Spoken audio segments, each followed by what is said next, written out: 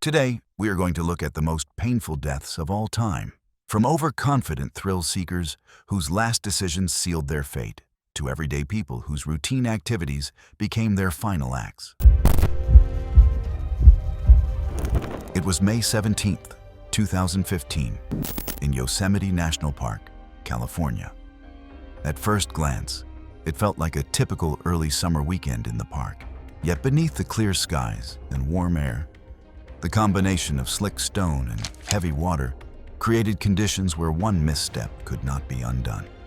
Michael Harris was 31 and lived in Fresno. He worked as a paramedic, accustomed to responding to crises where quick judgment meant survival. Hiking was his counterbalance, a way to reset after long shifts filled with emergencies. Friends knew him as steady and practical, someone who handled risk with calm logic rather than impulse. He often organized weekend outings, trusted to lead routes safely and keep others within limits. For the Yosemite trip, Michael brought along two fellow paramedics. They had prepared for a strenuous day hike, packing water, snacks, and basic first aid supplies. The route to Nevada Fall was straightforward but demanding. Steep granite steps, exposed edges, and sections slickened by spray from the river. Warning signs were posted along the trail, cautioning visitors to stay on dry rock and avoid venturing close to the water. Rangers emphasized every season that the polished granite could be as dangerous as ice. The group started their ascent early, pausing frequently to take photos. Crowds moved steadily up the mist trail, weaving around slower hikers. By late morning, they reached the final climb toward Nevada Fall. The force of the river was obvious. White water pounded against the rock ledge before plunging hundreds of feet below. The air was damp, the stones around them slick with condensation. Friends later recalled that Michael seemed relaxed, remarking that the power of the falls never failed to impress him.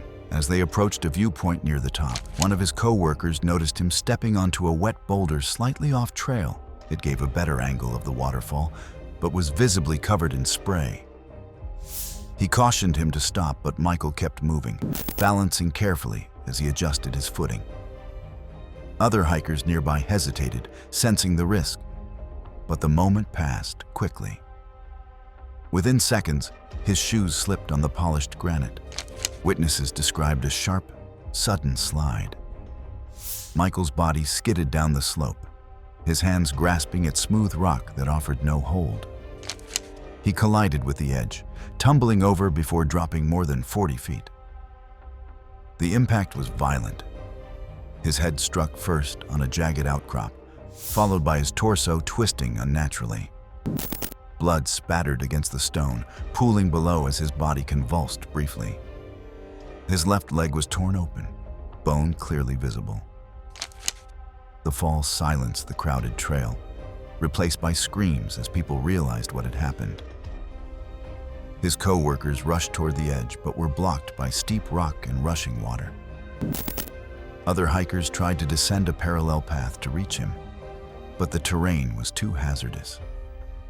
From above, he could be seen lying motionless, chest no longer rising. A nearby visitor called Park Dispatch, reporting severe trauma and possible fatality. Rangers arrived within minutes, but by the time they secured ropes and reached his position, Michael showed no signs of life. The body was airlifted out later that afternoon by helicopter, drawing a crowd of silent hikers who had stopped along the trail. Many stayed until the thrum of the rotor faded, then continued upward, stepping carefully on the same slick stone. Michael's gear was returned to his family, still damp with spray from the falls. His name was later added to an internal list rangers keep of accident victims, a record not shared widely, but reviewed each spring before warnings are reprinted for a new season of visitors. It was June 11th, 2016, in Banff National Park, Alberta.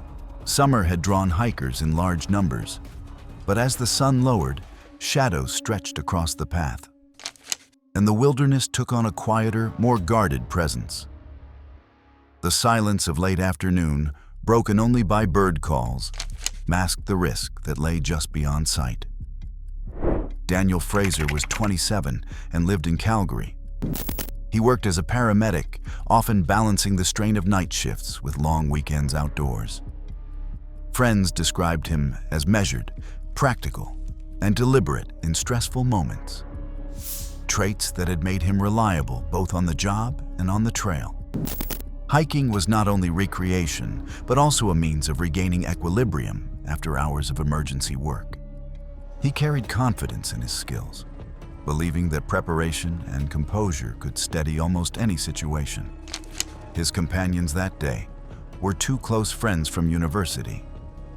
The Lake Minnewanka Trail was considered moderate, drawing both tourists and seasoned hikers.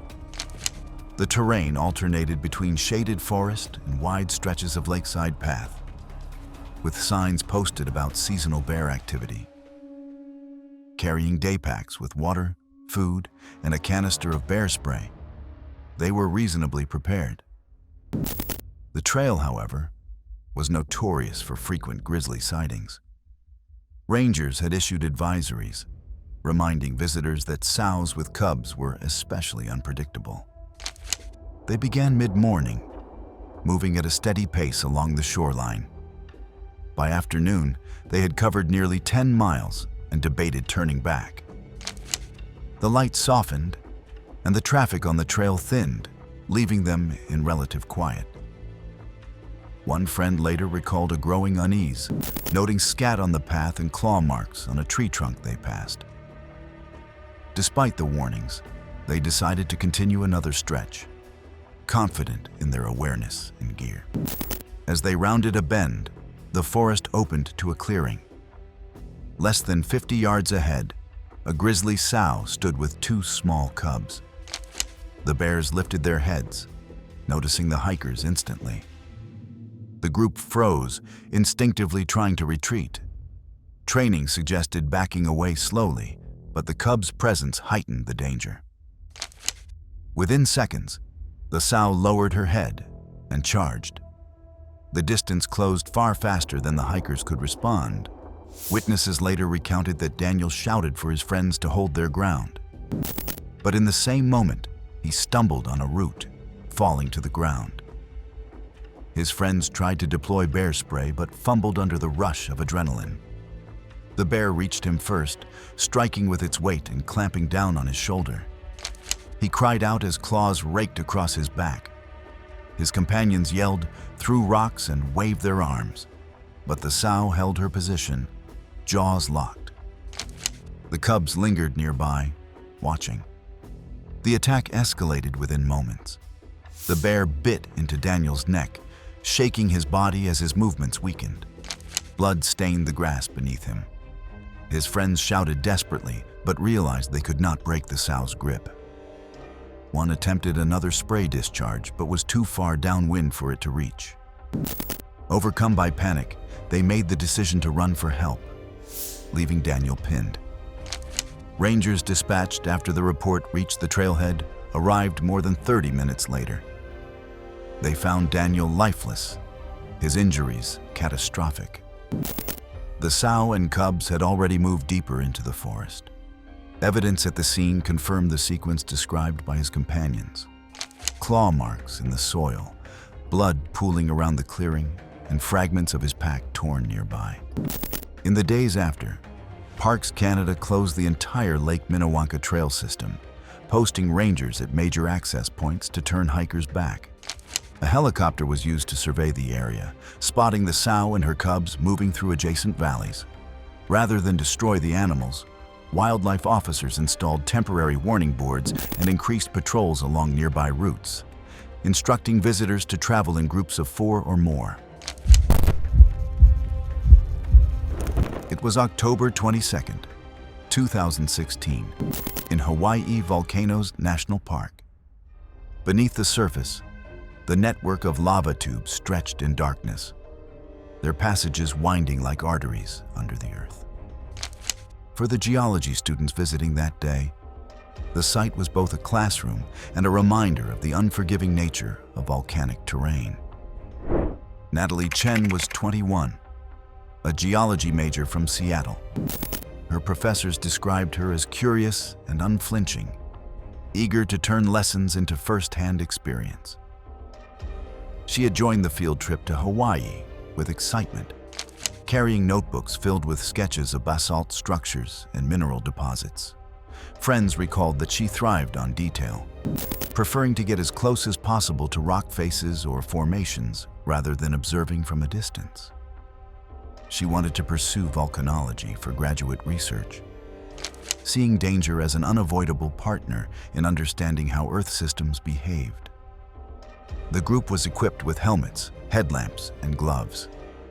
Their instructors reminded them that lava tubes were unstable environments, formed by cooled crusts overflowing lava, with ceilings and floors prone to collapse.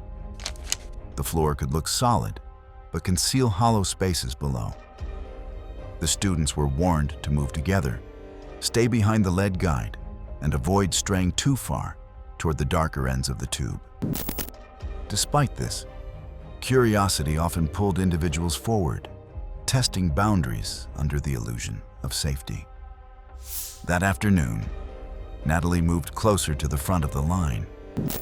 The tunnel opened into a wider chamber, walls glistening with mineral deposits. She paused often to shine her lamp upward, noting formations, before stepping a few paces ahead of the group. A guide called for everyone to slow down, but the dim light and excitement of exploration dulled the urgency of the reminder. The chamber floor appeared flat, covered in uneven basalt crust, with no sign of instability. Some classmates later recalled feeling uneasy as the group spread out in the chamber.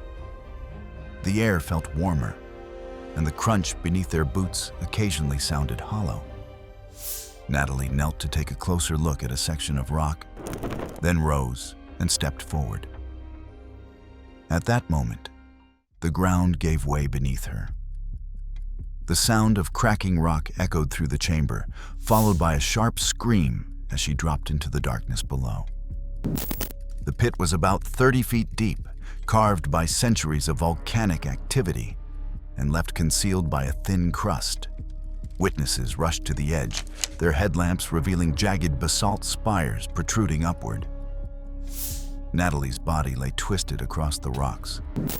Blood streaked the stone where shards had pierced her torso. She gasped for air, her lips moving as though to form words, but the effort quickly faded. Students froze in shock, their instructors shouting for them to step back from the edge. Rescue calls were made immediately, but reaching her was impossible without technical gear. Park rangers and a specialized cave rescue team arrived hours later, lowering themselves carefully into the pit. By then, Natalie showed no signs of life. Her body was lifted out after midnight, wrapped to shield classmates from further trauma. In the weeks after the trip, classmates described struggling with what they had witnessed. Some avoided geology labs altogether, unable to separate coursework from the memory of the lava tube. A few met regularly with faculty for support sessions, while others quietly dropped the field portion of their studies. The National Park Service later issued a report attributing the fall to a concealed lava crust that collapsed under weight, noting the chamber where it occurred would be closed indefinitely. It was July 28, 2017, in Snowdonia National Park, Wales. The mountain ridges were partly shrouded in low clouds. The forecast had warned of a front pushing in from the Irish Sea, but the trail still carried a steady trickle of hikers. And for one climber, the day's ascent would end in tragedy. Hannah Price was 34, a school teacher from Manchester.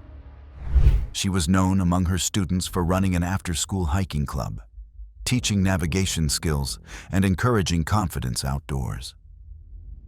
Hiking became part of her identity, a way to combine her love of teaching with her own need for quiet away from city life. Friends said she approached mountains with optimism rather than fear. preferring to focus on their beauty instead of their risk. Though experienced on British hills, Hannah was not a technical mountaineer.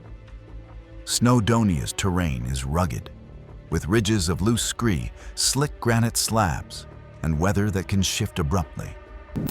Gleeder Fach, her chosen route, required steady footing and an awareness of exposure to wind. She carried a light waterproof, a day pack, and food, but not heavier survival equipment. Her plan, like many day hikers, was to move quickly and descend before conditions deteriorated. That morning, Hannah set out alone. At the trailhead, she exchanged brief words with other climbers who mentioned the storm warning. Some were turning back, noting the rapid cloud buildup. Hannah continued, convinced she could manage before the worst arrived. The first part of her ascent was steady, the air still warm, though gusts began to tug at clothing and scatter dust along the path. By early afternoon, the weather shifted.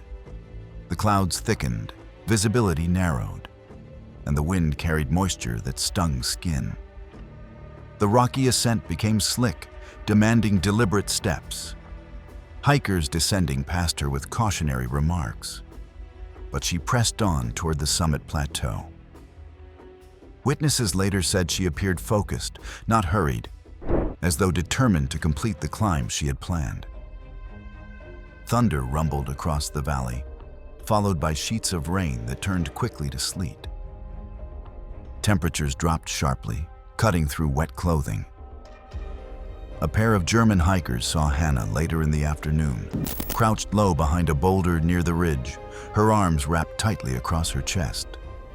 They described her as trembling violently, unable to respond clearly when spoken to. Believing she intended to wait out the storm, they continued their descent, reporting her condition once they reached shelter. Mountain rescue teams mobilized, but the worsening storm delayed their progress. By the time they reached Hannah's position in fading light, she was unresponsive, lying on her side near the same rock. Her clothing was saturated and her skin was cold and pale. Despite efforts to warm her and attempt resuscitation, she was pronounced dead on the mountain. Exposure and hypothermia had overcome her within hours. Afterward, the local mountain rescue service issued a candid report. They emphasized how quickly hypothermia can set in when storms sweep across its high ridges, even in midsummer. In the weeks that followed, several of Hannah's students asked why their teacher, who had always stressed preparation, had been lost to something as simple as weather. Staff at her school organized a talk by local mountain rescue volunteers who explained how fast storms in Snowdonia can turn dangerous. It became part of the hiking club's routine, her absence shaping how the children understood both the beauty and the risk of the mountains. It was June 11, 2017, at the Grand Canyon in Arizona.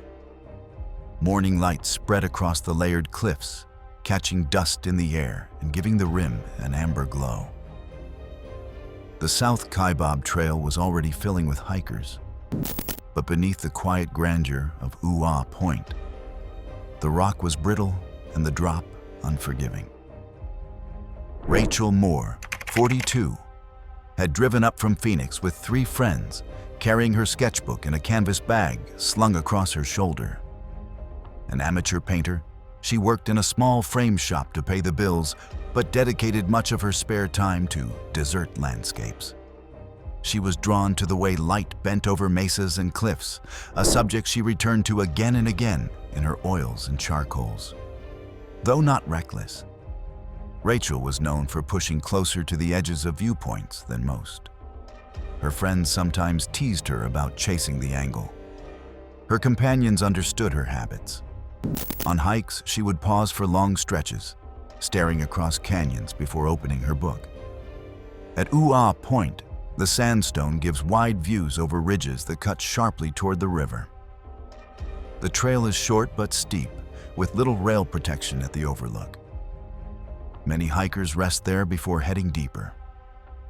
Rachel had been there before, but she wanted to capture the morning haze that gave the inner gorge its layered depth. She carried no professional camera, only her pencils and watercolors. The plan that day was simple: descend early before the heat, sketch at the viewpoint, then return to the rim by midday. The group brought water and snacks, but weather was not the concern. The greater risk was the edge itself, where crumbly rock extends past the firmer trail. Guides caution against stepping out for photographs, yet many do. A volunteer ranger at the trailhead had reminded hikers to stay behind the rocks marking the safe zone. But Rachel and her friends did not take it as a personal warning. By late morning, the overlook was crowded. Tourists leaned over for pictures, while others sat on boulders catching their breath. Rachel waited until a group cleared and then walked closer to the cliff. One of her friends later said she was looking back over her shoulder, trying to frame both herself and the sweep of the canyon in the photo. She placed her right boot on a patch of pale rock just off the worn path. Beneath the surface, a chunk the size of a dinner plate shifted. The sound was small at first, a scrape of stone dislodging, but it sent Rachel's balance forward. Her friend said she flung her arms out, sketchbook dropping, and gave a single sharp cry before pitching over the edge. She struck an outcrop about 40 feet below with a heavy impact that silenced the overlook. Then her body rolled and fell again, tumbling through loose brush and striking the canyon wall repeatedly before disappearing from view. Some hikers screamed, others froze, but no one could reach her. Rangers were alerted by radio within minutes. A helicopter crew located her body lodged against a ledge several hundred feet down. The assessment was quick. She had been killed instantly by the first major impact. Visitors at the overlook were ushered back as recovery efforts began. The official incident summary listed the cause of death as multiple blunt force trauma resulting from accidental fall. The report noted that the rock at Uaa Point shows signs of erosion and instability, with several prior slips recorded in the same area. Investigators confirmed that weather was not a factor, and that the victim was wearing appropriate footwear for day hiking. The case was filed as an accidental fatality, later added to the park's annual statistics on canyon deaths. Her parents held a small service in Phoenix, where her unfinished canvases were displayed instead of flowers. It was August 18th, 2018, in Zion National Park, Utah. Overhead, the sky above the canyon appeared calm, but miles upstream storms were forming beyond view. The slot's beauty, narrow and enclosed, carried the same risk it always had. There was nowhere to go if the river rose. Jessica Alvarez, 27, had come with 6 friends from Salt Lake City, where she managed a busy restaurant. She was regarded as the group's planner, the one who arranged carpools and permits, who kept track of schedules. Away from work, she was social and disciplined, a combination that made people trust her judgment. Hiking trips were her way of creating balance, and her friends often said they would not attempt canyons without her organizing. She wasn't reckless. Her style was cautious but confident, and she studied trail conditions closely.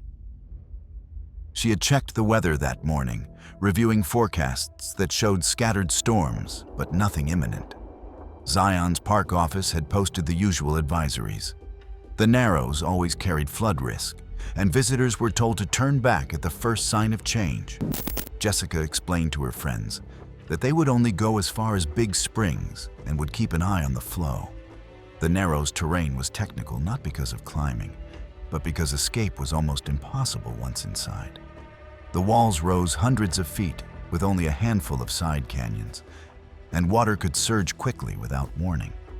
By midday, the group had reached a section where the river narrowed to less than 30 feet across. The water was calm, knee-deep, with smooth gravel beneath. Other hikers were scattered ahead and behind, laughing and pausing for photos.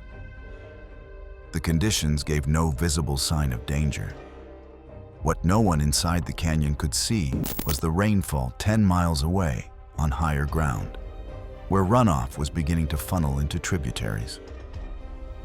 The first hint came as a low vibration underfoot, the gravel shifting subtly in the current. A deeper roar followed, echoing between the walls before anything appeared. Hikers exchanged uneasy looks. Seconds later, the water darkened with silt and rose in a fast surge. Jessica urged her friends toward a shallow bench on the side, but the space was narrow and crowded with others scrambling for the same ground. The flow intensified rapidly, climbing from knee to waist height in less than a minute. Her friends said she tried to help one of them steady against the current when the main surge arrived. A wall of muddy water carried branches and debris, striking with enough force to sweep several people off balance.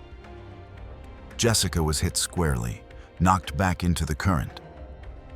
One friend caught her wrist briefly, but the pressure tore her free. She was seen being thrown sideways into a rock face, her shoulder and head striking before the current spun her away. Her screams were drowned in the roar as she vanished around the bend. Rangers and rescue teams were alerted immediately. Helicopters searched from above, while crews moved downriver. Hours later, they located her body lodged between boulders several miles downstream. Her injuries showed she had been battered repeatedly by debris before being pinned. The search closed off parts of the Narrows until conditions stabilized. In the days that followed, Jessica's friends provided detailed accounts to investigators. Their statements were included in the official incident record, which emphasized how deceptive conditions inside the Narrows can be. Local coverage focused less on Jessica herself and more on the larger issue of flood risk.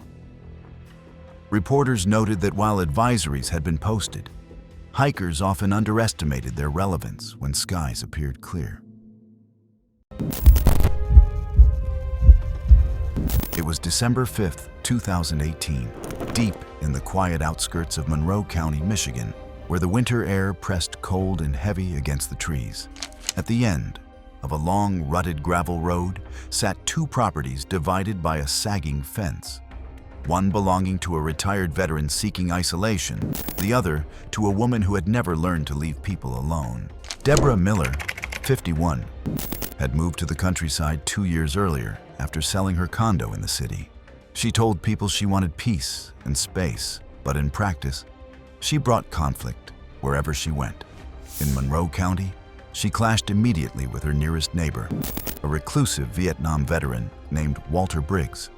She accused him of running machinery too late at night and once reported him to the county over an imagined zoning violation.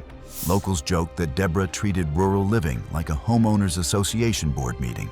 Her new lifestyle came with none of the structure she'd had in the city. She spent mornings posting pictures of her poodle, Daisy, and arguing with strangers on community pages about leash laws. The gravel road between her yard and Briggs's was poorly fenced, and the veteran had warned her multiple times to keep the dog contained. Still, Deborah dismissed him as paranoid. That December morning, when Daisy slipped under the fence and disappeared, Deborah likely didn't think. She reacted. She decided that her neighbor had done something to her dog. The temperature was just above freezing when she stomped down the gravel drive, shouting the dog's name. Briggs's property was marked by clear "no trespassing" signs, but Deborah ignored them, marching past an old pickup and onto the front porch. She began pounding on the door, her voice sharp and rising. Her words echoed across the trees, pulling Briggs from a medicated sleep inside. He had been prescribed sedatives to manage his night terrors, the kind that left him disoriented when startled. The security camera mounted above the porch later filled in the missing seconds. The door opens abruptly. Briggs, still in a faded t-shirt, holding a 12-gauge pump shotgun angled toward the ground. Deborah steps closer instead of retreating, pointing at him and shouting. She gestures wildly, stepping into his personal space. When Briggs raises the weapon slightly in warning, Deborah lunges forward, both hands out, either to shove it aside or grab it. The camera shows a scuffle, a blur of motion, a hand on the barrel, then a single blast. Deborah collapses instantly, the recoil throwing Briggs backward into the doorway. Briggs kneels beside her, shaking, trying to compress the wound as blood darkens the wood beneath them. Neighbors reported hearing his panicked calls for help. Deputies arrived within 15 minutes to find Briggs unarmed, sitting motionless beside her body. She had been struck in the upper chest. The wound was unsurvivable. The poodle was later found unharmed, wandering the tree line behind both properties. Investigators confirmed Briggs's weapon was legally owned and that Deborah had crossed onto his porch without consent. Witness statements and prior police reports documented her repeated harassment of Briggs over minor grievances. The sheriff's department ruled the incident self-defense, citing the circumstances and Deborah's aggressive behavior. In the weeks that followed, local residents placed new "no trespassing" signs at the end of their drives. The case was quietly closed, but news circulated as an example of how arrogance can turn fatal when mixed with fear and isolation. It was May 20th, 2017, a bright Saturday morning in San Marino, California, the kind of day that drew tourists and socialites alike to the manicured calm of the Huntington Library and Botanical Gardens. The museum staff had prepared for a full weekend of guided tours. No one expected that by noon, the serenity would be replaced by sirens and a body bag. Patricia Lowell, 48, was the kind of person who turned every shared space into a stage. A well-dressed Pasadena socialite and habitual committee volunteer, she prided herself on bringing energy to events others called refined. She had married into money early, filling her empty hours with charity galas, interior design workshops, and a small lifestyle account that rarely reached beyond her social circle. On the morning of the 20th, she joined a friend for a docent-led tour at the Huntington's European Sculpture Gallery, a serene space lined with marbles and plaster casts on wooden plinths. The docent, a retired art historian, opened with a standard warning. The statues were old, delicate, and in some cases, reconstructed over fragile supports. Patricia rolled her eyes audibly. She whispered to her friend that if something was that breakable, it shouldn't be on display. When the group reached Diana the Huntress, a 19th century plaster reproduction of an 18th century French marble, Patricia saw her chance for attention. The docent gently reminded everyone not to cross the velvet barrier. Patricia ignored her, stepping over it with practiced entitlement. Security footage later showed her brushing off a warning hand from her friend. She leaned back against the figure, laughing, arm extended for a selfie. The plinth beneath the statue gave a quiet creak. A few visitors gasped. Patricia turned her head and, smirking, tapped the statue's hip as if to prove her point. The structure failed in seconds. The plinth tilted forward, and the top-heavy sculpture lurched. The reproduction, weighing roughly 300 to 400 pounds, slid off its base, its outstretched arm striking her shoulder before the torso slammed into her chest. The marble floor amplified the impact, a hollow, irreversible sound. Patricia went down instantly, pinned beneath the shattered remains. Dust clouded the air, and tourists screamed. One man tried to lift the figure, but the broken mass was too heavy. Staff initiated an emergency closure procedure while calling 911. Paramedics and firefighters from the San Marino Fire Department arrived within 7 minutes, but the injury was unsurvivable.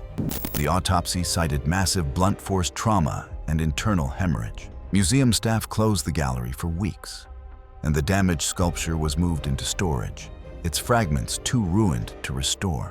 The Huntington issued a brief statement acknowledging the tragedy and reinforcing its safety protocols. Her family's reaction was muted and divided.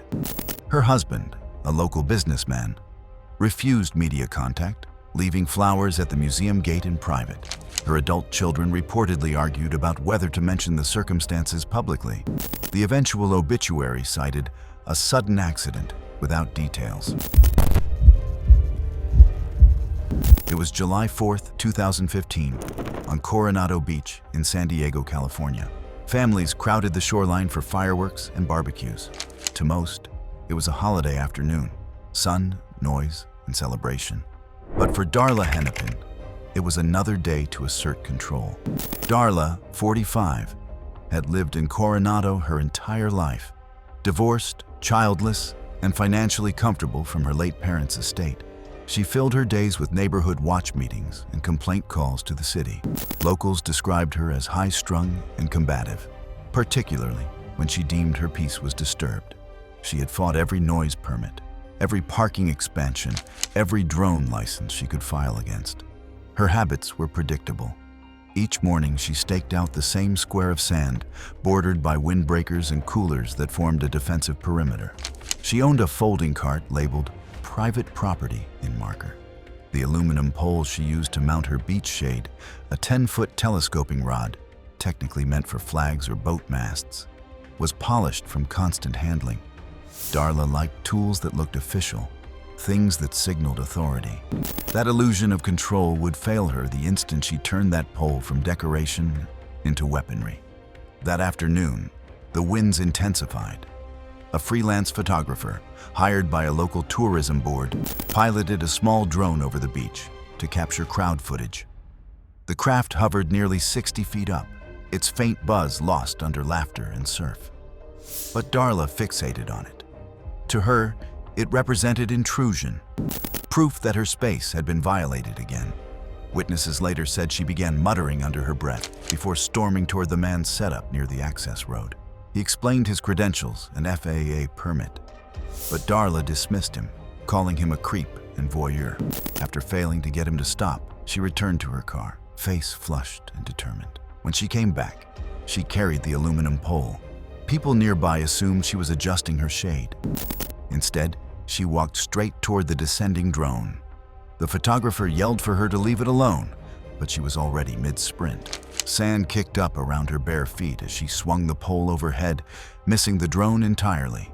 The effort unbalanced her stance. As she tried again, the tip of the pole arced upward, striking an overhead 12,000-volt distribution line running above the access road. The explosion was instantaneous. A burst of white-blue light engulfed her. The sound, a sharp crack followed by a low electrical hum, froze the crowd. Witnesses said her body stiffened mid-step, arms locked around the pole. For a moment, she seemed suspended before collapsing to the sand.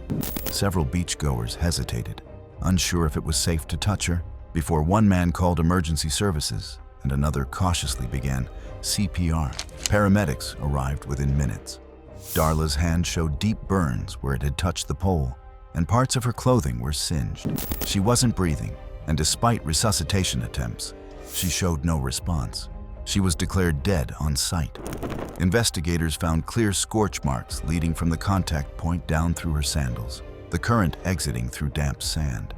Electrical engineers later confirmed she'd struck a 12,000-volt distribution line, an almost certain instant death.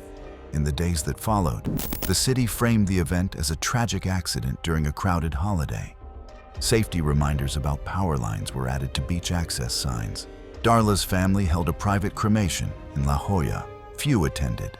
Neighbors left small flowers near the site, not from sympathy, but acknowledgement. It was January 28, 2018, at the Alpine Lodge and Spa in Aspen, Colorado. Inside the glass walls of the pool complex, only the hum of filtration pumps and the faint rippling of water broke the stillness. A 55-year-old guest, known among the staff for her relentless complaints, had finally found a moment where no one could tell her no. Monica Braithwaite came from money, but not warmth. Divorced twice, she split her time between real estate investments and luxury retreats, convinced her spending granted her special privilege. At every property she visited, she left a trail of incident reports, arguments with front desk staff, threats of online reviews, confrontations over non-existent service lapses. She demanded bottled water brands few hotels carried and often inspected sheets for microscopic imperfections. Her life revolved around control, and Aspen was supposed to be her winter refuge. The Alpine Lodge was designed for comfort at altitude. Sealed glass enclosures, automated heating, and natural gas systems calibrated for efficiency. The indoor-outdoor pool maintained a stable 82 degrees Fahrenheit through a thermostat-controlled heater in an adjacent service room. It was safe, modern, and unremarkable, unless someone tampered with it. Staff were trained never to exceed set parameters, since gas-based systems in thin mountain air could vent improperly. That restriction made sense to everyone except Monica, who saw it as defiance. That afternoon, she stormed out of the spa when told the pool was at temperature. Several witnesses overheard her muttering about lazy employees and cheap operations. The young attendant she confronted tried to remain polite, repeating that adjustments required management approval. When the general manager reinforced that policy, Monica left in icy silence, face taut with restrained fury. Security cameras later showed her returning just before midnight, wrapped in a white robe, slippers scraping against the tile. The service door was slightly ajar. Maintenance had left it unsecured after calibrating the filtration pump earlier that evening. Monica slipped through. Inside, the equipment room was humid and warm, lit by a single flickering fluorescent tube. She located the heater, an older but functional natural gas unit, and spotted the manual control valve. She twisted it with both hands, grunting as the metal resisted. When it finally gave way, she likely heard the faint roar of ignition. What she couldn't see was the small crack in the flue gasket, a fracture that allowed exhaust gases to leak directly into the closed air system. In the thin, low-oxygen air of Aspen, incomplete combustion worsened the buildup, creating a dense pocket of carbon monoxide near floor level. Over the next 15 minutes, carbon monoxide displaced breathable air. Monica reclined on a lounge chair beside the pool, satisfied with herself. Within minutes, the first symptoms, lightheadedness, confusion, would have begun. Witness reconstruction suggests she stood up, staggered toward the service door, then collapsed near the heater switch. The gas continued to build overnight. By morning, the concentration exceeded 1,800 to 2,000 parts per million. Levels fatal in under 2 minutes of exposure. At 7:42 a.m., the same attendant from the previous day discovered her lying on the tile floor. He immediately called emergency services. He reported finding a woman unresponsive near the spa pool, unsure if she was breathing. Within 5 minutes, paramedics and firefighters arrived, evacuating the building and beginning CPR. A portable gas detector went off as soon as they entered, so they put on full breathing gear and started airing out the building. Fire crews later measured dangerously high carbon monoxide levels throughout the facility before shutting down the system. The official cause: acute carbon monoxide poisoning. In the following weeks, the Braithwaite family filed a wrongful death suit alleging negligence. Investigators, however, found security footage confirming unauthorized entry. Records showed Monica had filed similar comfort complaints at 3 previous resorts. The hotel paid for a full ventilation overhaul costing more than $100,000. For a time, guests would still ask about the rumor of a woman found by the pool, but the questions dissipated over time. It was September 15th, 2016, at Wat Phra Sing in Chiang Mai, Thailand. The air was heavy with humidity, and rain from the morning monsoon clung to every polished surface. The temple's bells chimed softly in the distance as visitors moved quietly, sandals stacked neatly by the entrance. Amid the calm reverence, one foreign tourist was growing restless. Chloe Davenport, 39, tried to make her living on contrarian travel content. Her channel was built on disdain. She positioned herself as a truth teller, claiming to expose fake tourism experiences.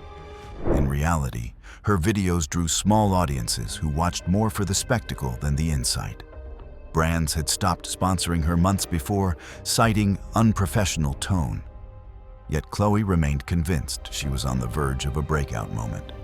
She micromanaged her boyfriend, who doubled as cameraman, and berated locals when they didn't cooperate with them. Her reputation for confrontations had followed her through hostels across Southeast Asia. Temples like Wat Phra Singh, especially during the monsoon season, required care and awareness. The marble terraces became slick from condensation and tracked in rainwater. Signs warned visitors in multiple languages to remove shoes for safety and respect. Monks cleaned the floors frequently, keeping them pristine but dangerously polished when damp. Tour guides routinely reminded tourists to walk slowly, especially near the upper terrace steps. To most visitors, the rules were simple, tradition and caution intertwined.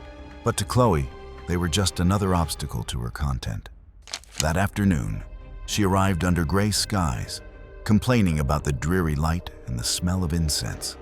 The temple's courtyard glistened under scattered droplets, and her boyfriend reminded her about the posted warnings. Chloe dismissed him, filming herself mocking the signs before a robed monk approached. Witnesses later recalled her loud, cutting tone as she argued that removing shoes was unsanitary. The monk remained calm, pointing again toward the rack by the gate. Finally, Chloe yanked off her sandals in exaggerated frustration. She stepped onto the terrace, phone angled upward, her bare soles slapping quickly against the wet marble as she moved without caution. Other tourists treaded carefully, some stopping to watch her perform. She moved fast, impatient, pacing backward for a wider shot and grumbling about stupid rules. Her boyfriend raised his arm in warning as she shifted weight onto her left foot. The instant it slipped, her balance broke completely. Her legs shot forward and her upper body snapped backward, striking the floor with audible force. The impact fractured the back of her skull and caused an immediate loss of consciousness. Momentum carried her toward the nearby staircase, where her head struck the first stone step before her body tumbled down several more. By the time she stopped at the bottom, her phone had skidded several feet away. Tourists rushed over. A monk knelt beside her, checking for breathing and pulse but not attempting to move her, while others shouted for help in Thai. Temple staff activated the local emergency line, and an ambulance arrived within minutes. Paramedics began CPR, but quickly determined that her injuries were incompatible with survival. A basilar skull fracture with cervical trauma, consistent with a high-energy fall onto stone. She was pronounced dead at the scene. The Thai authorities reviewed the footage and ruled the death accidental, citing unsafe conduct in a restricted area. The temple closed the terrace for 2 days to perform a cleansing ceremony and placed additional safety mats and signage afterward. Chloe's family released no public statement. Her online accounts were taken down upon their request. Among the travel community in Chiang Mai, her name became shorthand for what happens when arrogance meets gravity. It was November 3rd, 2017, at Chicago O'Hare International Airport, Gate B-42. The storm outside was relentless. Inside, hundreds of grounded passengers sat in tense silence, faces lit by phones and flight boards that never changed. The atmosphere was heavy but resigned, except for one woman whose rising voice cut through the hum of exhaustion. Linda Ferguson, 50, was a senior operations manager for a mid-tier logistics firm based in Naperville. Her professional life was defined by control. She thrived on being the loudest presence in any room. Subordinates described her as demanding to the point of cruelty, and she carried that same energy everywhere. Restaurants, stores, and especially airports. She prided herself on her efficiency, but mistook impatience for competence. Her management style rewarded confrontation, and years of getting her way had eroded any filter between impulse and action. Travel had always been a stage for her worst behavior. O'Hare, with its chaos and delays, was the perfect storm for her temperament. She insisted on flying business class for domestic trips, considering it a sign of professional success. Her company covered the costs reluctantly, preferring to avoid the inevitable tantrums that came with denying her requests. On this particular trip, she was returning from a quarterly review meeting in Boston, already seething over the client's unrealistic expectations. When weather delays hit Chicago, grounding every outbound flight, she saw it not as an act of nature, but as a personal insult. By early evening, Gate B-42 had become a pressure cooker. The storm showed no sign of easing, and the gate agent, a young employee named Ben Alvarez was fielding a line of frustrated passengers alone. When Linda reached the front, she demanded immediate rebooking, a hotel voucher, and an upgrade. Ben explained that due to the widespread cancellations, all accommodations were being processed by the system queue.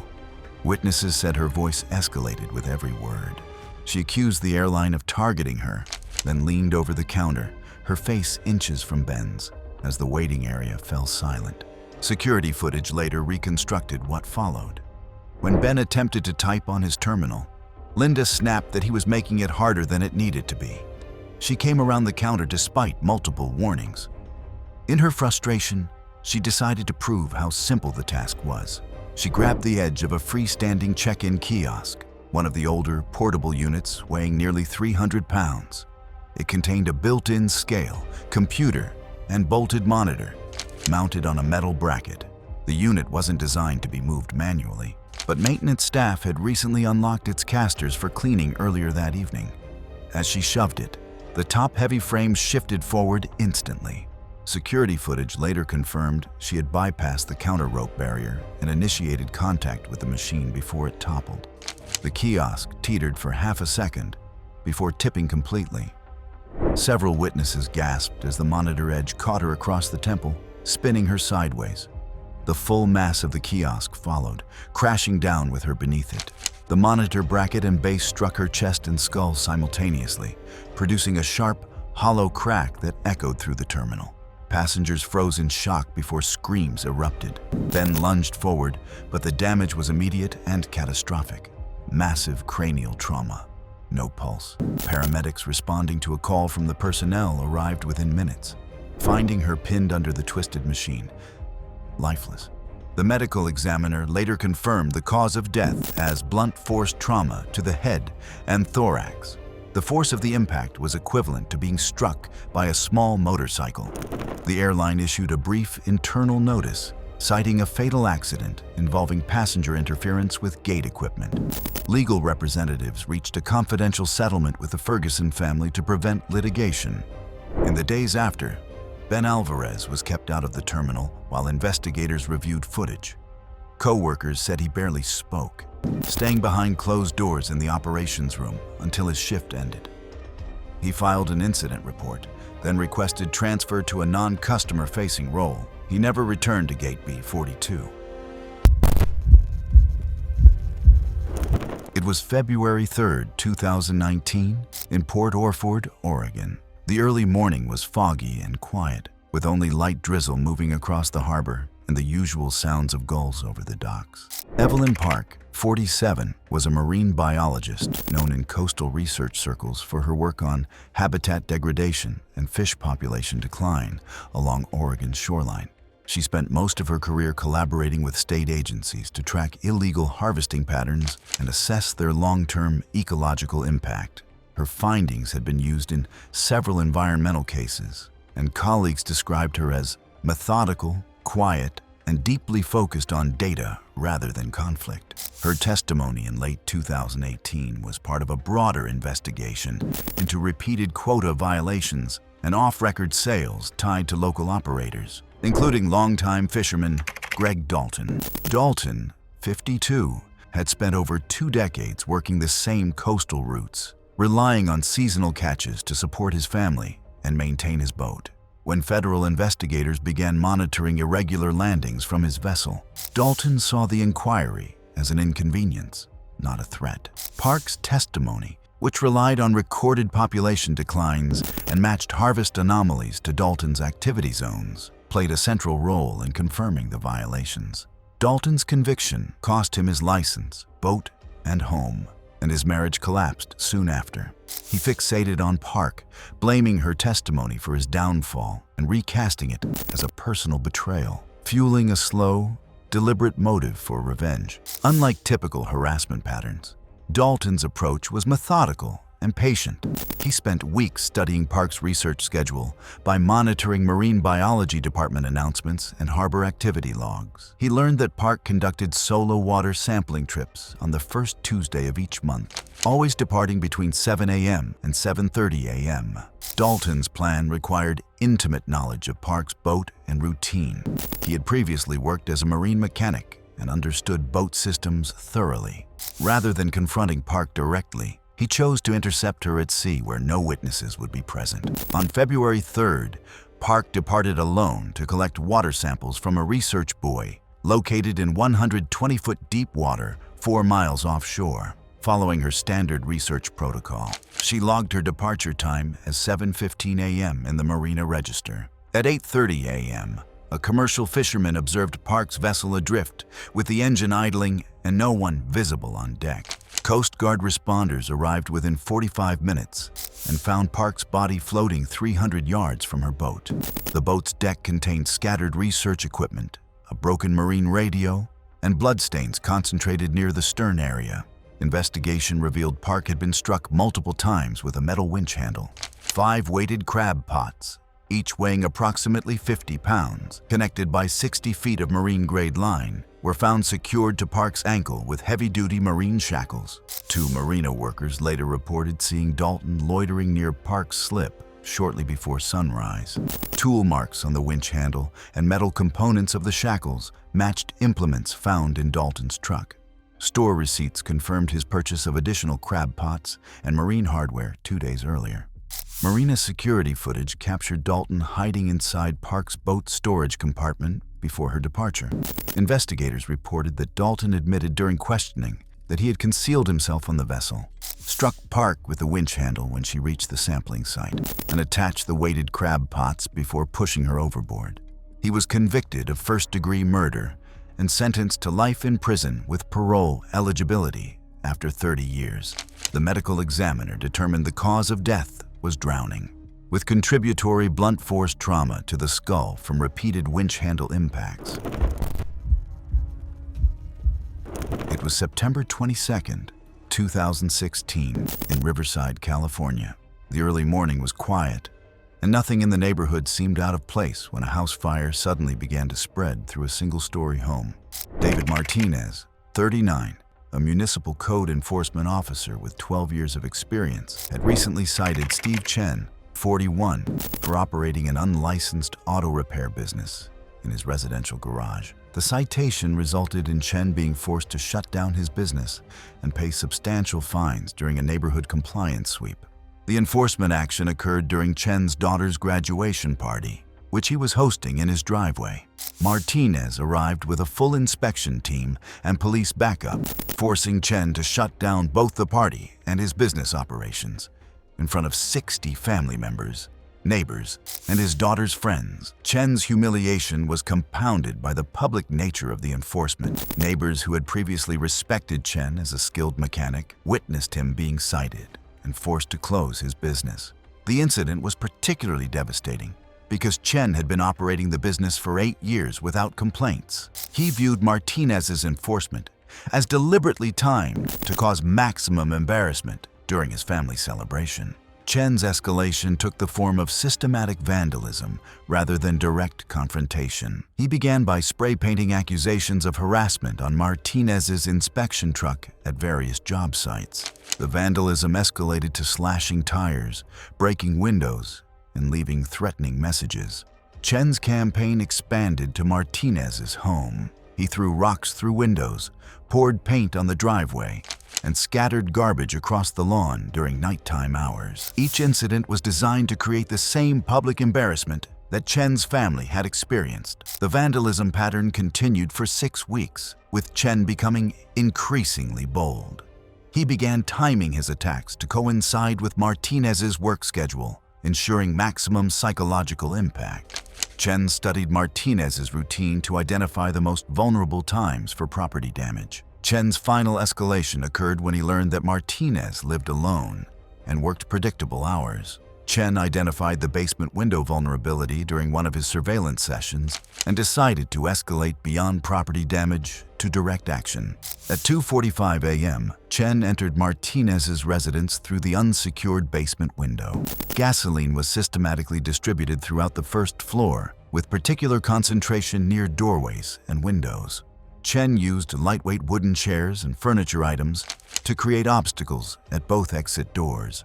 After igniting the accelerant, Chen exited through the basement window. The fire spread rapidly through the gasoline-soaked first floor, creating intense heat and smoke that filled the upper level where Martinez was sleeping.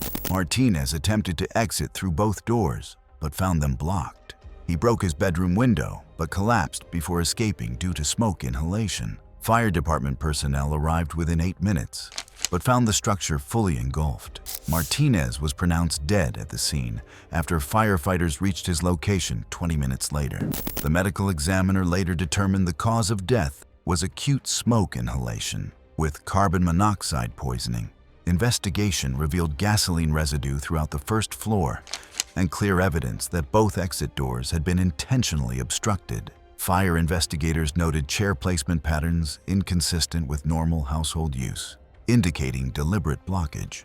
A security camera 2 houses down captured Chen walking toward Martinez's property around 2:40 a.m., moments before ignition. Gasoline residue was detected on Chen's shoes and clothing at arrest, and cell tower data placed him within a 3-mile radius during the ignition timeframe. He was convicted of first-degree murder and sentenced to life in prison with parole eligibility after 30 years. It was November 14, 2015, in Pisgah National Forest, North Carolina. Dawn was cold and still, with a thin layer of frost settling over the trees, typical conditions for peak deer hunting season. Mark Thompson, 42, a licensed hunting guide with 15 years of experience, had recently been guiding Billy Garrett's 17-year-old son on his first deer hunt when Thompson's negligence led to a serious hunting accident. Thompson had positioned the teenager in an unsafe tree stand that collapsed, causing severe injuries. Garrett's son suffered a broken back and internal injuries when the poorly maintained tree stand failed during the hunt. Thompson had failed to inspect the stand's condition before allowing the inexperienced hunter to use it, despite being responsible for ensuring client safety. The accident occurred because Thompson was guiding multiple hunters simultaneously and had not properly maintained his equipment. He had rushed the safety briefing and failed to check the stand's structural integrity, violating basic guide safety protocols. Garrett's son required multiple surgeries and months of rehabilitation. The injury ended his plans to join the military after high school and left him with permanent mobility limitations.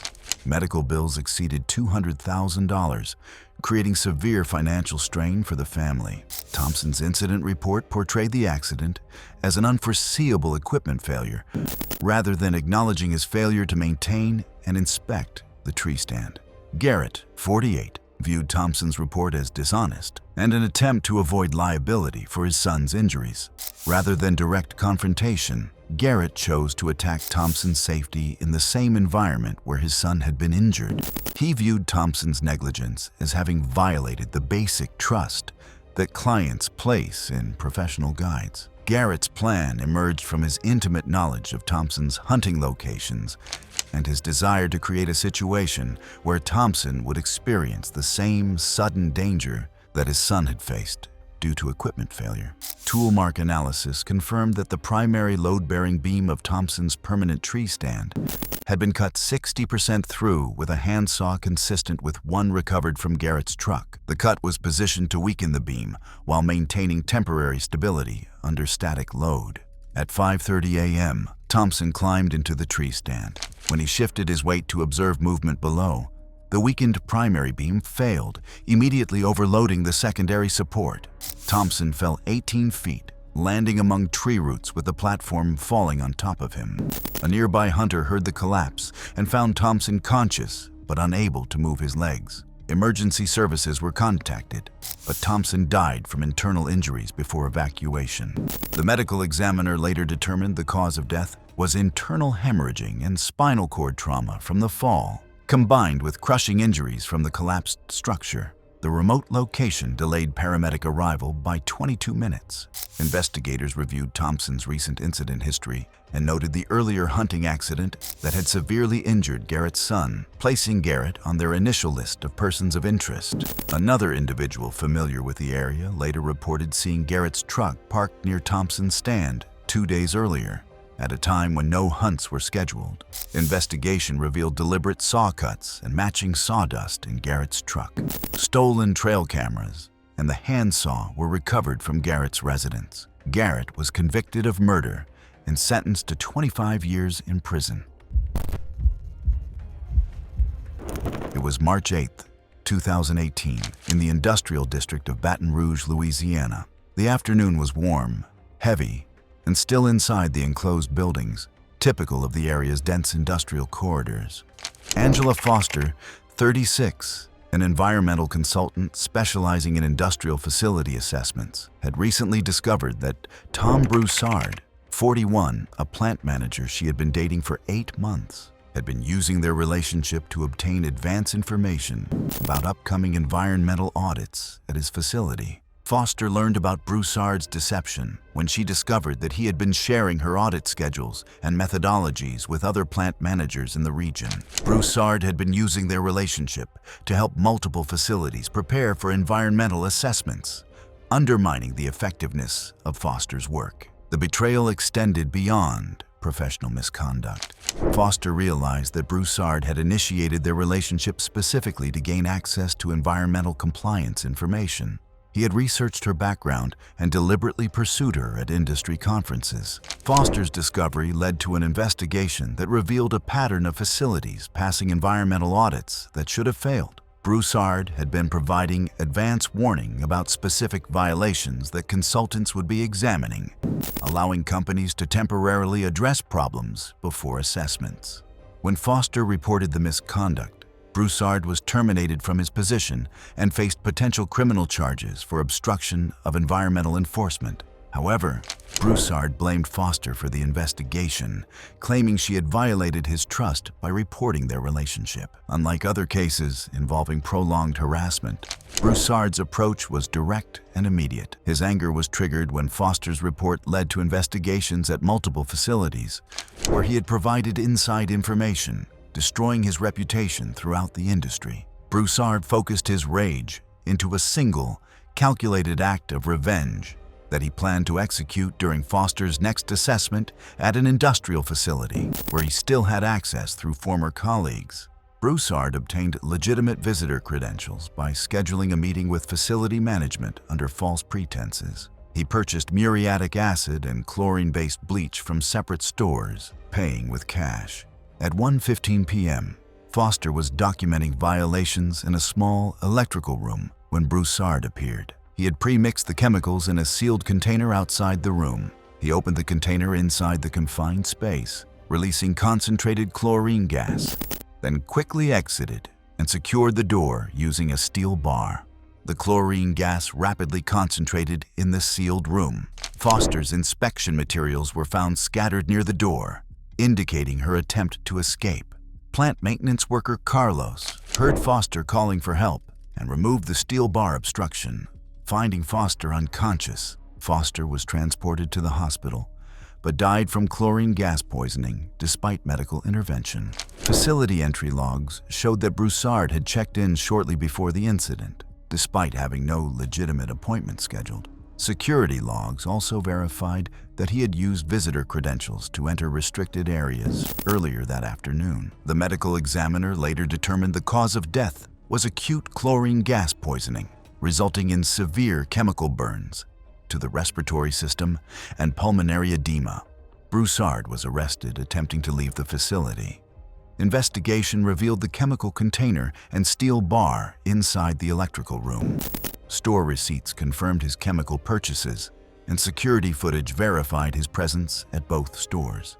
Broussard was convicted of first-degree murder and sentenced to life in prison with parole eligibility after 30 years.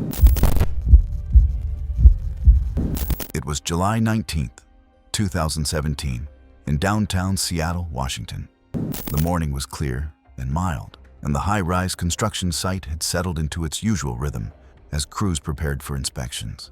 Nothing about the conditions suggested the kind of event that would permanently alter the project's history. Robert Kim, 31, is a safety inspector assigned to monitor code compliance across the region's high-rise developments.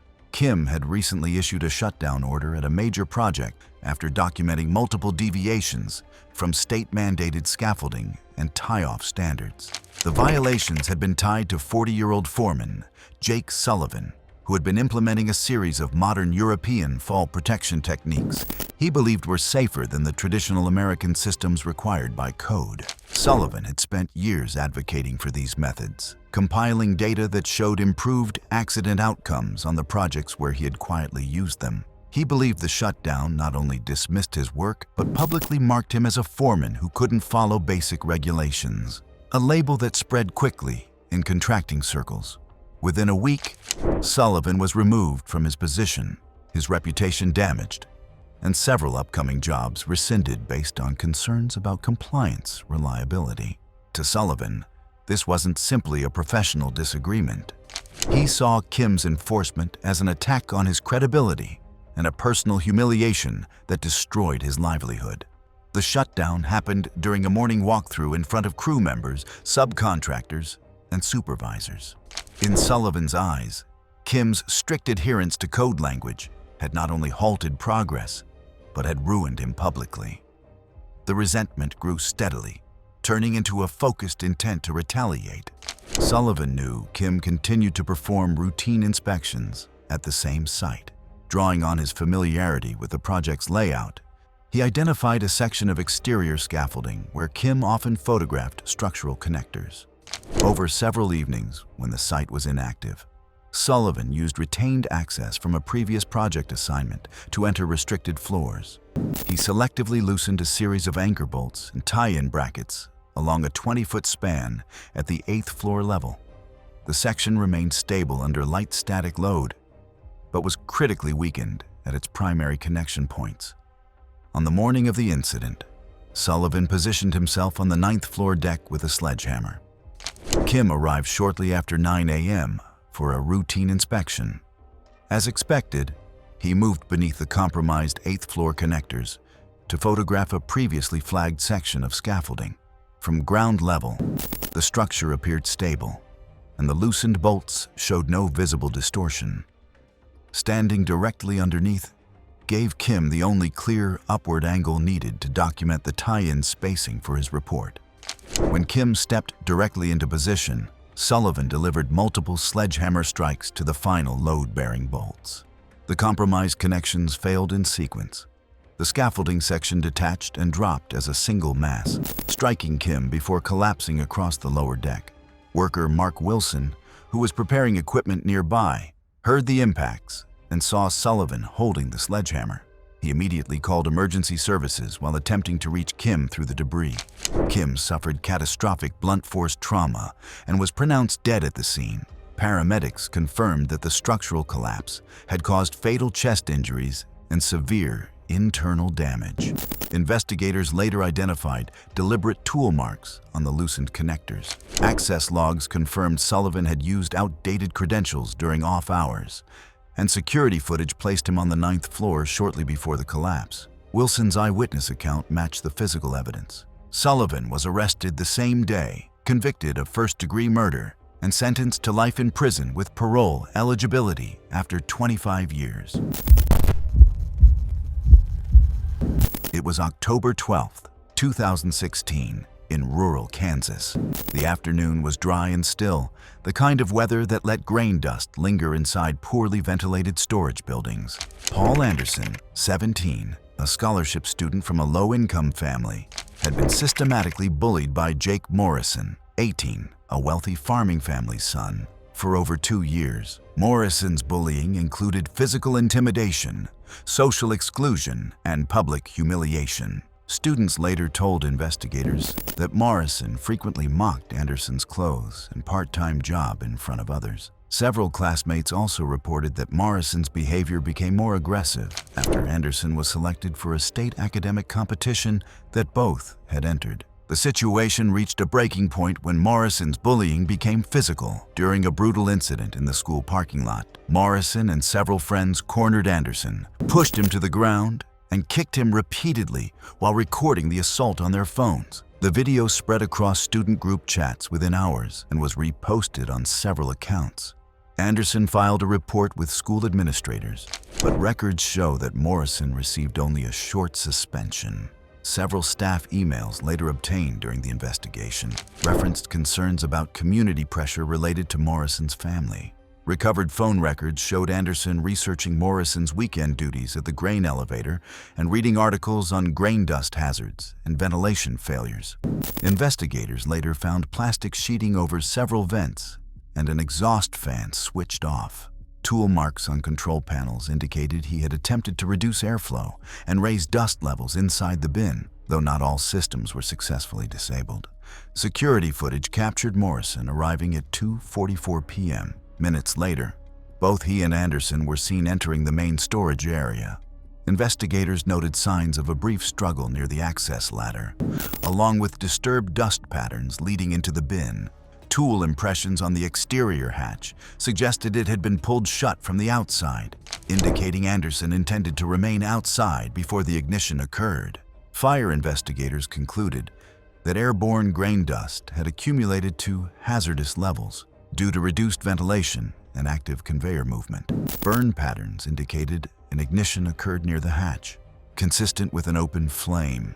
The resulting pressure wave traveled through the enclosed space, triggering a localized deflagration inside the bin. Damage patterns showed that the ignition produced a pressure surge strong enough to blow back through openings near the access platform. Anderson was found just outside the hatch, indicating he had remained close to the ignition point. Investigators determined that he was fatally injured by the outward flash and pressure wave as the deflagration expanded inside the bin. A neighboring farmer observed smoke and called emergency services. Emergency responders arrived within 15 minutes, but found the grain bin severely damaged by an internal explosion. Both Anderson and Morrison were pronounced dead after firefighters gained access to the structure. Investigators documented sealed vents, a manually disabled exhaust fan, and a lighter recovered near the hatch area. Both teens' phones contained the earlier assault footage and Anderson's recent searches related to grain dust hazards. Tool marks on several access panels confirmed deliberate interference with safety components. Following the incident, the grain facility was temporarily closed pending safety inspections and required retrofits. The school district initiated an internal review after the assault footage circulated publicly, and Anderson's family later filed a civil claim regarding prior reports of bullying. At the time of the case summary, the claim was still in early proceedings. The medical examiner listed Morrison's cause of death as thermal injuries and blast trauma consistent with an internal grain dust deflagration. Anderson's injuries matched an outward pressure wave originating from the hatch area, and his death was classified as accidental during the commission of a homicide. The case was formally closed after the findings were released. It was June 9, 2022, at a small desert campground near the edge of the Mojave. Evening wind carried dust lightly between the sites as temperatures dropped. Families settled into their shelters for the night, while lanterns glowed through nylon walls, and the last conversations of the day drifted across the quiet loop. Jordan West, 7, and his sister Emily, 10, were camping with their parents for a weekend trip. Their tent sat near the center of the loop among several other family sites. Earlier in the day, a group of boys from a nearby campsite had been playing with novelty smoke firecrackers, setting them off on gravel paths where the smoke drifted harmlessly in the open air. As darkness set in, the boys lingered near their remaining firecrackers. According to other campers, they had discussed using the remaining firecrackers to bother children who were already inside their tents. They had placed unlit ones near other shelters earlier, creating momentary confusion without injury. Jordan and Emily's tent was partially zipped, and movement inside caught their attention. 2 lit firecrackers were slid beneath an outer panel near the ground.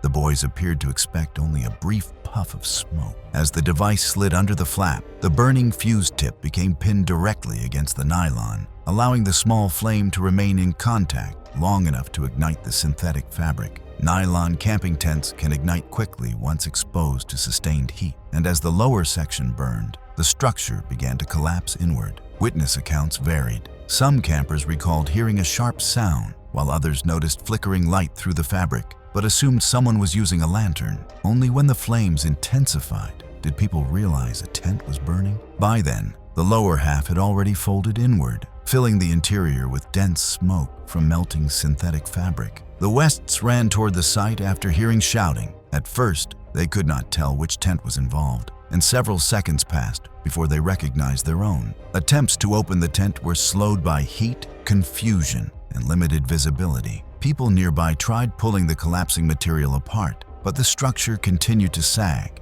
as the fire spread along the base. When the tent was finally opened enough to reach the interior, Jordan and Emily were pulled out. They were moved away from the flames while others tried to extinguish burning sections using water bottles and coolers. Emergency services were notified, though response time was slowed by the campground's remote location and difficulty accessing the loop. Both children were transported for medical care. Medical personnel later reported injuries consistent with smoke inhalation and exposure to a rapid tent fire, though the exact progression of events could not be determined. The timeline of when each child succumbed to the conditions remained unclear. The fire destroyed much of the physical evidence. Investigators found only charred tent material, partially burned objects, and the remains of several fireworks near the site. Because so much had been consumed, they could not identify the precise point of ignition. The boys involved were described as distressed and unable to give clear or consistent accounts, and questioning was limited due to their age and the presence of their parents. Investigators eventually determined only that fireworks had been used near the tent and ignited it, but many details about the exact sequence remained unknown. The incident was classified as a fatal accident resulting from a prank that unintentionally caused a rapidly spreading tent fire. It was April 19, 2019, in a small commercial strip outside Clarkston, Georgia. Overhead lamps cast uneven shadows across the pavement, and thin layers of pollen shifted along the lot each time a vehicle passed. The evening appeared routine until a series of avoidable decisions aligned within seconds. Jared Whitcomb, 22, arrived at the lot with his friends Lucas Marin and Chase Dorn. They regularly filmed short public reaction videos and improvised scenes, usually without structured planning. The group selected this area because the open rows of parking spaces and steady foot movement made it easier to record spontaneous responses. Their equipment included a handheld camera, lightweight masks, and 2 black imitation knives made of rigid polymer. The polymer knives were molded to resemble real blades, and in the dim center lot lighting, they were indistinguishable from actual knives. Environmental conditions contributed to what followed. The brightest lights were positioned near the storefronts,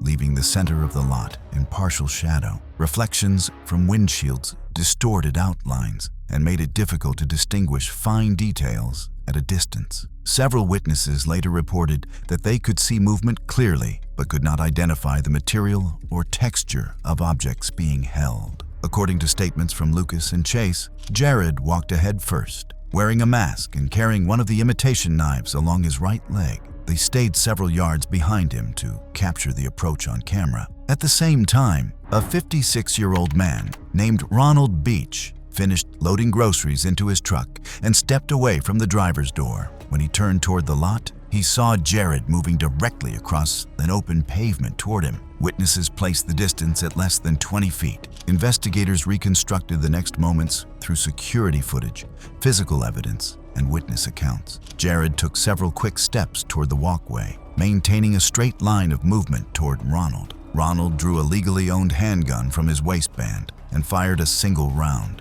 Jared collapsed immediately, striking the pavement near the painted boundary of a parking space. Lucas and Chase retreated toward their vehicle and did not approach him. Blood pattern analysis showed curved arcs at the point of collapse consistent with a forward fall. A shallow smear 2 feet from where he landed indicated only slight movement after impact. The imitation knife was found near his right hand, and the mask had shifted partially off his face during the fall. The camera had been dropped earlier and was later recovered about 15 feet behind the filming position. It continued recording, but captured only angled pavement and ambient sound. Local rescue teams arrived within minutes. They assessed Jared on the pavement and transported him to a medical facility, where he was pronounced dead shortly afterward. The official cause of death was a single gunshot wound to the chest. Forensic reviews showed residue patterns consistent with an intermediate-range shot, which aligned with the distance witnesses described. Responders collected the imitation knife, the mask, and the recording device, which contained partial footage of the staging process. No functional weapons were recovered from Jared. Investigators concluded that Ronald reacted to what he believed was an imminent threat, influenced by lighting conditions and the appearance of the polymer blade. The final determination categorized the event as an accidental death resulting from misidentification during an unannounced stage scenario. It was September 3, 2021, in a remote climbing area known locally as Red Butte Pinnacle in northeastern Wyoming. Temperatures held at 52 degrees under low clouds, and steady southwest winds swept across the open meadow. The incoming system kept most climbers away, leaving the east side routes unusually quiet. Red Butte's primary ascent line followed a traditional crack system up a narrow volcanic pillar. The multi-pitch route required consistent technique, stable weather, and a leader capable of managing transitions across several ledges. Local instructors rated it suitable for intermediate climbers with reliable equipment and prior multi-pitch experience. Ethan Lau, 24, had driven to the site with 3 friends for a weekend climb. Ethan was the most technically experienced in the group, having completed several comparable multi-pitch routes in the region. His companions, Rob Ellis, Daniel Holt, and Chris Mendez, mostly climbed at indoor gyms and had limited practice outdoors. In preparation for the trip, Ethan spent several weeks reviewing anchor building, rope handling, and communication protocols with them.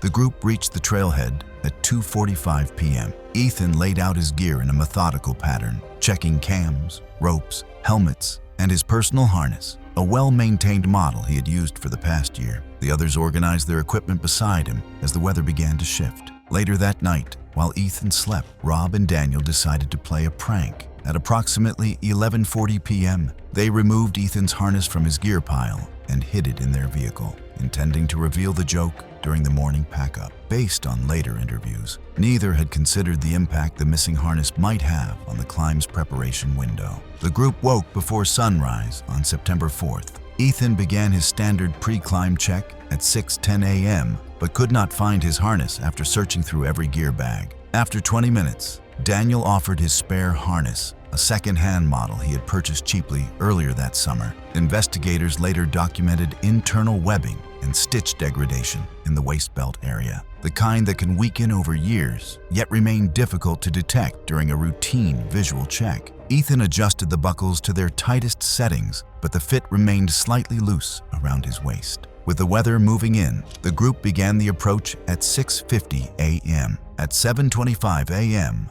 Ethan started leading the first pitch. The initial section followed a clean crack, but transitioned into a leaning traverse, requiring him to sit back onto the harness while placing protection. According to witness statements, Ethan paused briefly at the traverse and appeared to test his position before fully weighing the harness. At roughly 80 feet above the ground, the waist belt webbing failed under load, causing the harness to open along the damaged section and releasing Ethan from the rope system. He fell backward away from the wall, dropping an estimated 70 feet before striking a lower ledge and then rolling onto the talus field. The group activated their satellite communicator at 7:32 a.m. Local search and rescue personnel reached the base at 8:20 a.m. and assessed Ethan, who showed no signs of life. He was pronounced dead at the scene. The investigation confirmed that the spare harness had significant structural deterioration, especially along the waist belt stitching. Ethan's own harness, recovered from the vehicle, remained in serviceable condition.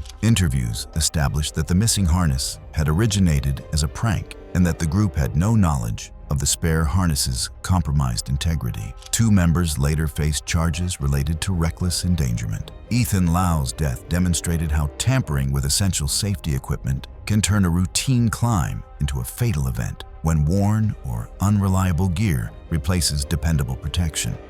It was June 6, 2021, in a two-story home outside Fayetteville, North Carolina. Warm air drifted through the open back door as guests moved between the yard and the kitchen. Folding tables, balloons, and a tall layered cake on the island marked the early evening birthday gathering already underway. Gene Wilson, 18, had invited several classmates from his senior year social circle, including 17-year-old Kurt Lewis, who was known within the group for occasional light pranks at gatherings and school events. Jean often hosted small celebrations at his home because his family had space for outdoor activities, and his classmates were familiar with the layout of the kitchen and adjoining yard. The cake at the center of the island was a tall, multi-layered structure prepared by a local home baker for the occasion. Rigid, food-safe plastic dowels were positioned vertically inside the cake to stabilize the stacked tiers, though none of the guests appeared aware that internal supports were present. Shortly before sunset, the group closed in around the island to record the singing. Several guests crowded close behind Jean, limiting available movement and leaving little clearance between the island and surrounding bodies. He leaned toward the candles, while others raised their phones, narrowing the physical space further. Investigators later reconstructed the next sequence using video recordings, injury measurements, and material evidence from the cake. When the singing ended, Kurt placed a hand behind Gene's shoulder and gave him a quick, firm shove intended as a joke, aiming to push his face lightly into the cake. Gene was already leaning toward the candles, and guests were packed closely behind him, leaving little room to step back or brace. The impact compressed the tall, multi-tier cake downward and exposed the upper ends of two rigid, food-grade plastic dowels used to stabilize the layers. One dowel penetrated just below Gene's right eye, traveling downward at a slight angle. The combined effect of the focused forward momentum and the dowel's rigidity produced a deep puncture extending into the orbital region. The second dowel scraped across the cheek, producing a long, superficial tear. Cake fragments on the counter displayed a clear, narrow channel consistent with the primary puncture path. John attempted to pull backward reflexively, but the position of the dowel and the limited available space caused additional tissue damage as he fell sideways against the island. Blood patterns on the countertop and floor showed a rapid onset of external bleeding. Several guests stepped away, and one recording device captured the moment he collapsed after slipping against frosting and icing debris. A family member guided him to the floor and attempted to maintain pressure on the wound using folded towels. The puncture site displayed heavy external bleeding from damaged facial vessels, and John lost responsiveness within minutes. Local rescue teams arrived after a call from the backyard and initiated emergency measures. He was transported to a medical facility under assisted ventilation. Medical documentation confirmed a penetrating facial and orbital injury with associated vascular damage. Imaging showed the rod had entered the orbital cavity and caused significant vascular injury, leading to rapid blood loss. Despite intervention attempts, Jean was pronounced dead shortly after arrival due to acute blood loss and traumatic injury to the surrounding structures. Responders collected the plastic dowels, sections of cake, and photographs of the impact area. Measurements from the dowels matched the depth, angle, and spacing of Jean's injuries. Analysis of the cake layers confirmed that the dessert had been made by a local home baker using standard tier stabilizing dowels, which are commonly placed inside tall layered cakes to prevent structural collapse. The dowels were fully concealed beneath frosting and interior layers, leaving no outward indication of their presence to guests. Kurt provided a statement acknowledging that he initiated the shove without knowledge of the internal supports. Investigators concluded that the death resulted from an unintended interaction between the prank-induced forward force and the concealed stabilization dowels inside the cake. The incident was classified as accidental, caused by misjudged proximity, limited spatial clearance, and a lack of awareness of the cake's internal structure. It was November 8, 2019, in a remote section of Central Oregon, where a narrow two-lane road wound through forested hills. Evening temperatures hovered at 34 degrees, and patches of early frost formed across shaded asphalt as light winds moved through the trees. Rachel Martinez, 23, was driving home after finishing a late shift at a small local clinic. Co-workers later stated she typically drove cautiously on rural roads and followed the same route each evening. Device records showed she began her trip at 9:15 p.m., traveling through an area known for limited cell service and sharp curves. Investigators later documented that her friend, 25-year-old Tyler Ruiz, had left the clinic earlier that night. Interviews with acquaintances and phone data confirmed that Tyler had a pattern of making lighthearted prank calls involving fabricated emergencies. These calls were usually directed at close friends, and Rachel had been the target of several in prior months. At 9:28 p.m.,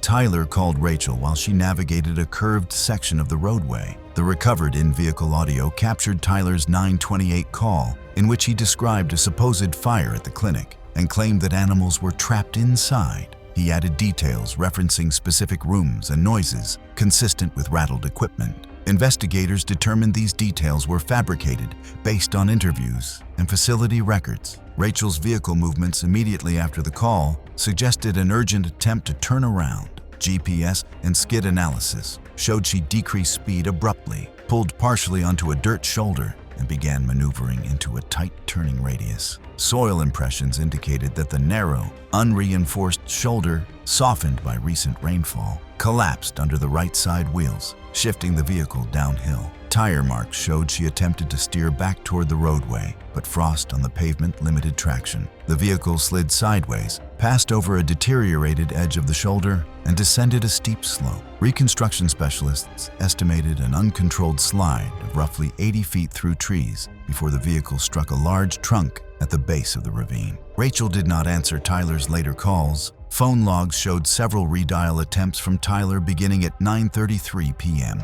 all of which went unanswered after the crash. At approximately 9:45 p.m., he drove along her route and saw displaced soil and bent railing consistent with a recent vehicle departure from the roadway. Emergency services were contacted at 9:47 p.m. Local responders arrived at 10:15 p.m. after navigating the narrow access road. Crews used lighting and rope systems to reach the crash site and found the vehicle heavily damaged on the driver's side. Rachel showed no signs of life, and medical personnel transported her to the nearest medical facility, where she was formally pronounced deceased. The medical examination determined that Rachel sustained fatal trauma to the head and torso, consistent with multiple high-force impacts during the descent. Analysis of the interior cabin, seatbelt marks, and deformation patterns supported these findings. The subsequent investigation concluded that Rachel's rapid attempt to reverse direction was triggered by the information provided during Tyler's call. Evidence supporting this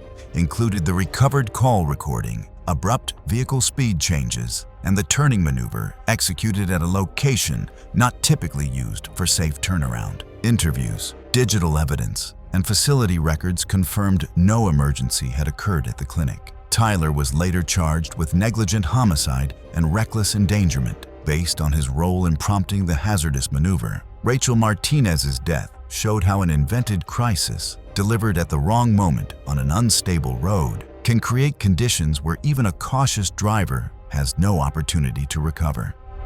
It was October 8, 2018, in a remote alpine region of the northern mountains. Temperatures hovered near 41 degrees under shifting clouds, and intermittent light rain created slippery conditions on the narrow, high-elevation trail that wound between steep drop-offs and loose rock. Sarah Kim, 26, had planned a short overnight trip to photograph autumn colors in the surrounding basins. Friends later told investigators she often completed solo hikes and typically carried standard backcountry equipment, including spray deterrent and food storage gear. Device logs confirmed she began her approach shortly after sunrise, moving steadily along the established route. 28-year-old Michael Reyes joined her for the trip. Interviews indicated he occasionally accompanied friends on mountain trails and had expressed concern about Sarah traveling alone during peak wildlife movement. GPS data showed both hikers followed the same primary route toward a common saddle with gradual elevation gain. Throughout the morning, Sarah stopped to photograph weather shifts and vegetation, as confirmed by images recovered from her camera. The photos documented wet rock surfaces, heavy cloud patches,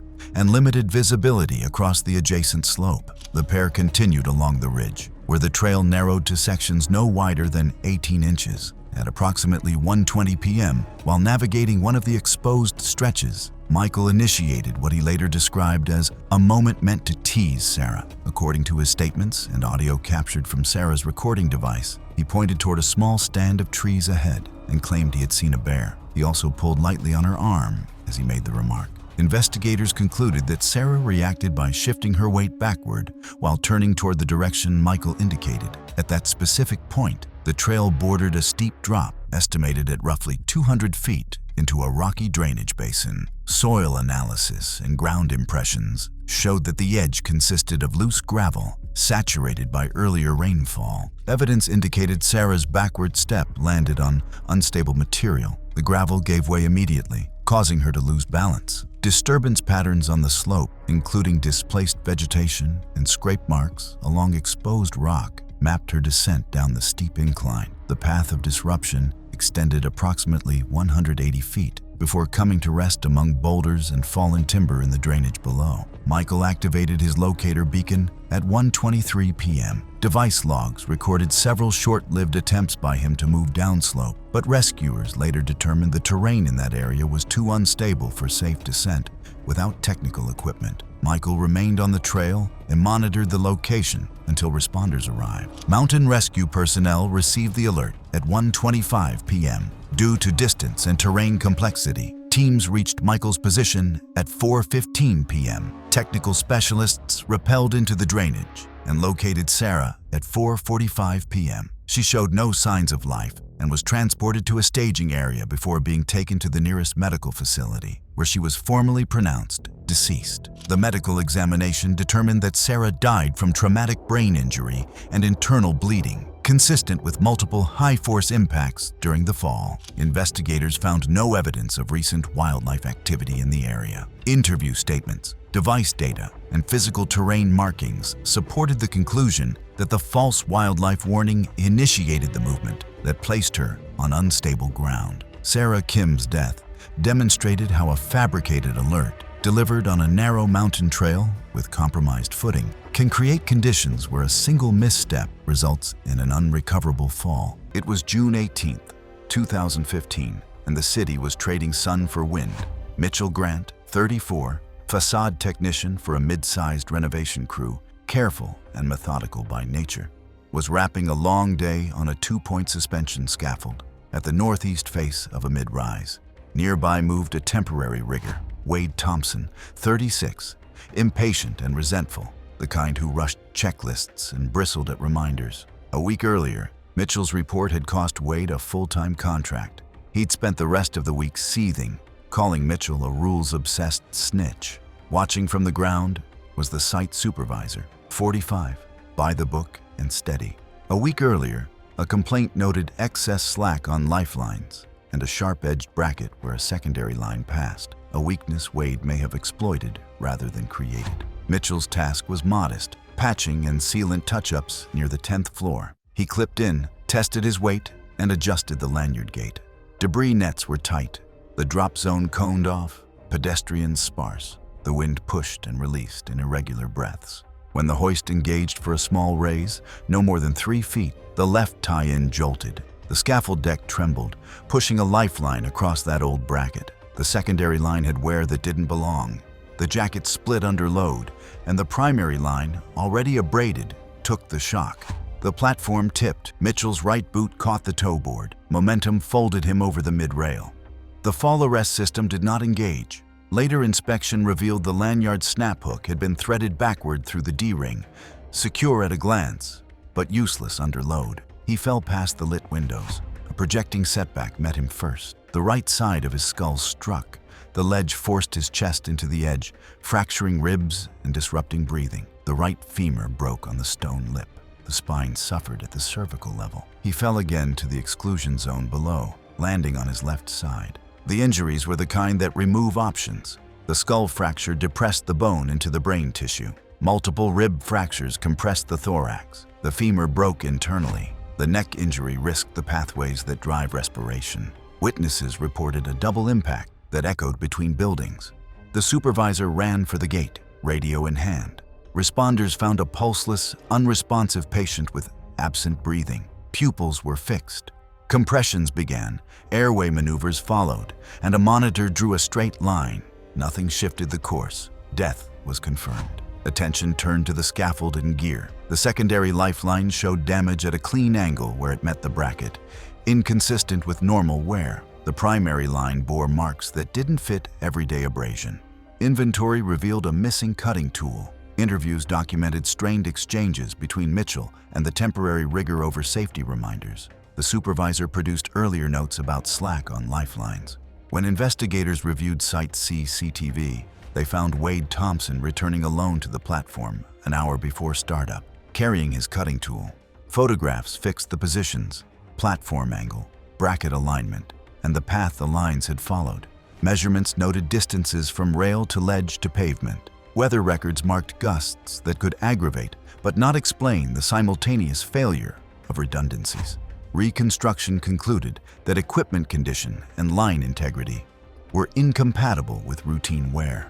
The narrative that emerged was not of a bad moment in the wind, but of a sequence made possible before anyone stepped onto the platform. The supervisor closed the binder on the earlier complaint, now part of a chain.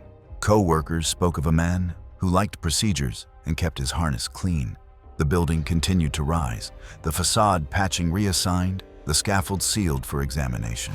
Wade Thompson resigned the next day and disappeared before police completed interviews. On paper, the cause read, blunt force trauma from a fall. On the ground, the change was an absence at a mid-rail, where a careful worker had laid his glove while checking a line. It was November 12, 2015, and the evening shift at the regional hospital was winding down. Courtney Blake, 29, a respiratory therapist with a reputation for thoroughness, was gathering her things from the staff locker room. Her compact sedan waited in the multi-level parking garage 3 floors up. What she didn't know was that her former partner, Erica Lawson, 31, a retail clerk with meticulous habits and a passive-aggressive streak, had been tracking her schedule for weeks. The breakup 6 months earlier had left property disputes unresolved. Courtney had mentioned that her car had been pulling left and vibrating after low-speed turns. 2 tire pressure warnings had appeared recently, but visual inspection showed nothing wrong. What wasn't visible was that the lug nuts had been systematically loosened, just enough to allow gradual elongation of the stud holes under normal driving stress. The parking garage's descending spiral ramp had concrete barriers and a damp surface from recent drizzle. Courtney started her descent at a reasonable speed, unaware that her former partner had spent time earlier that week with a lug wrench, carefully backing off each nut to a precise tension that would hold under parking lot speeds but fail under the lateral forces of the curved ramp. As the sedan began its descent, the left front corner exhibited increased shimmy that grew with each turn. A metallic rattle developed as the wheel, with compromised lug nuts, began to wobble against elongated stud holes. At the 3rd turn, the left front wheel sheared completely free. The wheel separation was catastrophic. The hub dropped, scraping the brake rotor against concrete in a shower of sparks. The vehicle yawed hard left as steering became uncontrollable. The rim struck the concrete barrier with tremendous force, triggering rapid deceleration that threw Courtney against her shoulder belt. Airbags deployed with explosive force, causing facial abrasions. The impact caused the car to mount the curb lip. The undercarriage snagged, acting as a pivot point that caused the vehicle to rotate and impact the support pillar with the driver's side. The pillar strike compressed the left side of the passenger compartment. Courtney sustained multiple left side rib fractures, a pulmonary contusion that compromised breathing, a splenic laceration that began bleeding internally, and a left clavicle fracture. The compression accelerated internal bleeding from her damaged spleen. Her breath sounds diminished rapidly as blood filled her chest cavity. A garage attendant arrived within minutes, noted her shallow breathing was slowing, and called emergency services. Investigation revealed the deliberate nature of the wheel failure. All 5 lug nuts were found partially threaded with matching tool marks, inconsistent with professional service. Surveillance footage showed Erica Lawson's vehicle entering the structure multiple times during the previous week.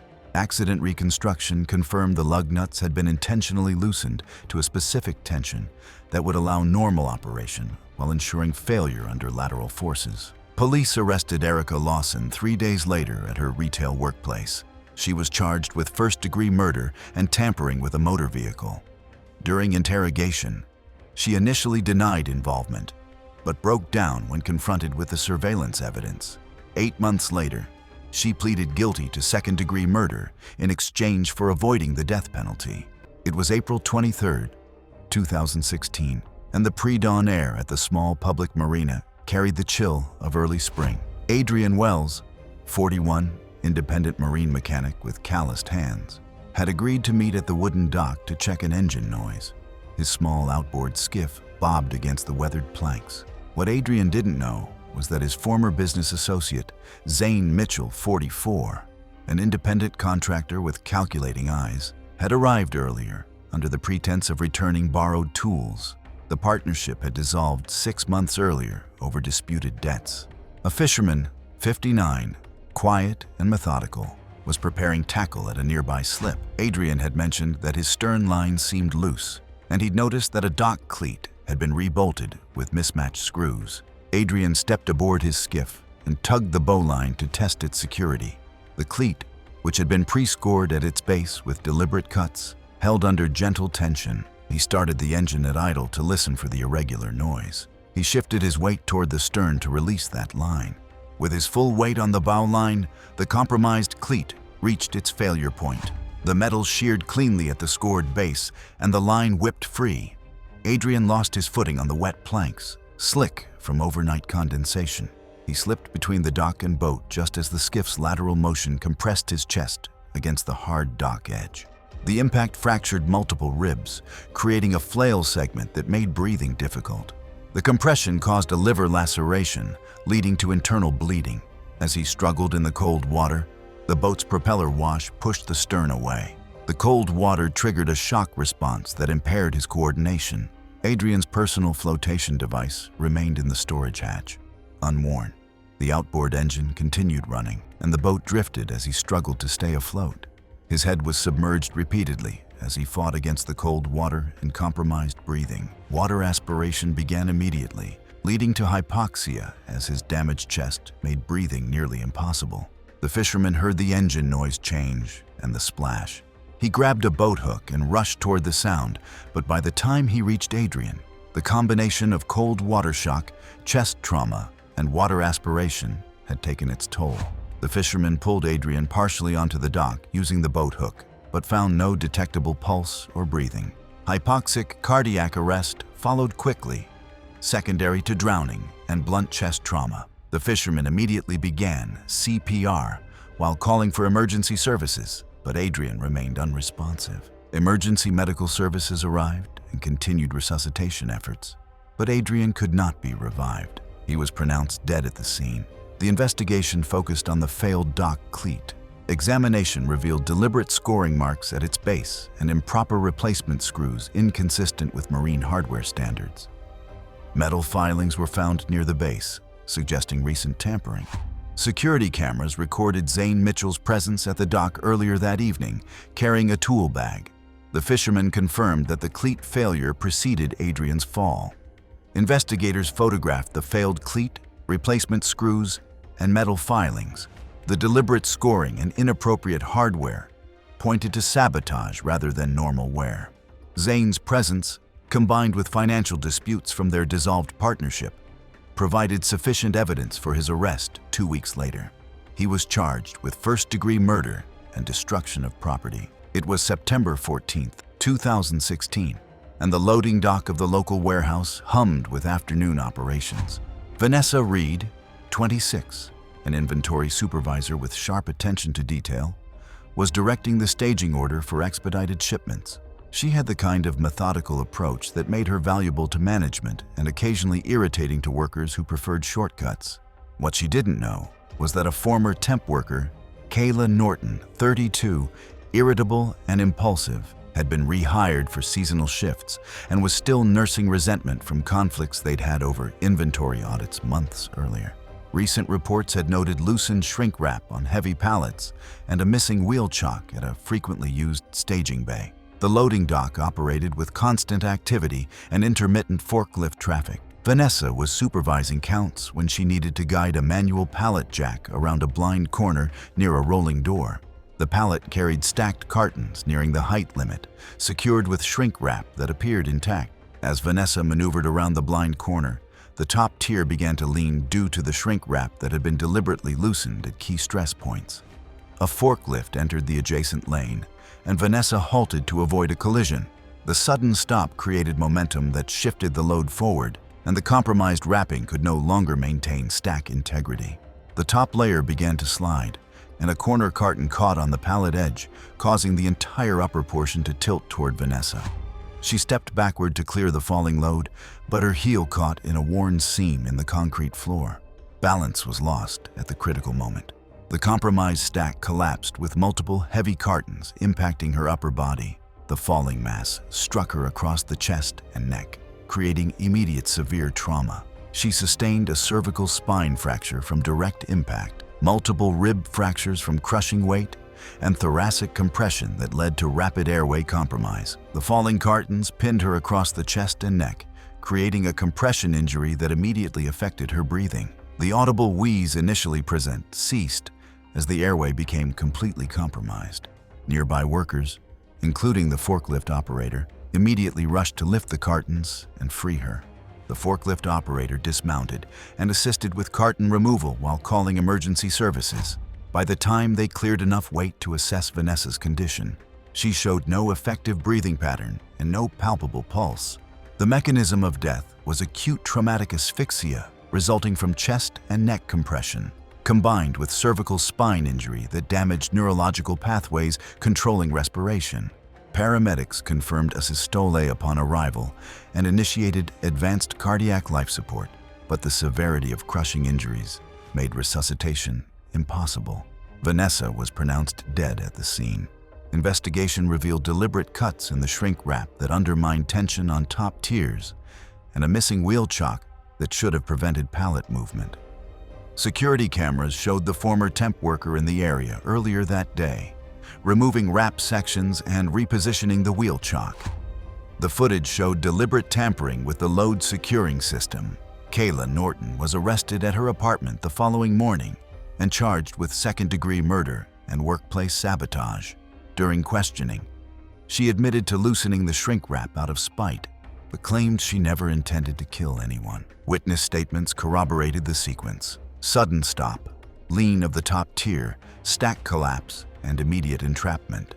The investigation concluded that the primary cause was deliberate sabotage of the pallet's load securing system by someone with warehouse knowledge and staging area access. It was February 8, 2017, and the industrial quarry overlooked near the small town was wrapped in cold, dry air that made metal brittle and footing treacherous. Sean Porter, 38, freelance safety inspector with weathered hands and a cautious nature, had agreed to meet at the quarry rim to view surplus tools. He was the kind of man who double-checked harness stitching and never rushed safety protocols.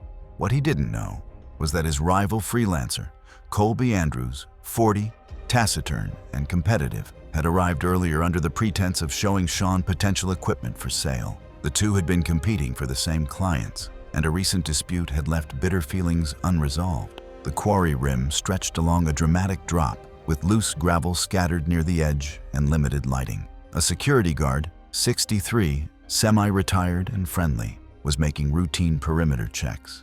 Sean's safety harness had been inspected recently, with all stitching intact. However, his secondary lanyard showed fresh, unusual wear at the webbing edge. The equipment included basic climbing gear with single and secondary lanyards, designed to anchor to a steel post at the rim. Sean clipped the primary lanyard to the post, testing the connection. Colby suggested that Sean test the line tension while leaning outward to inspect a crate of tools on a ledge below.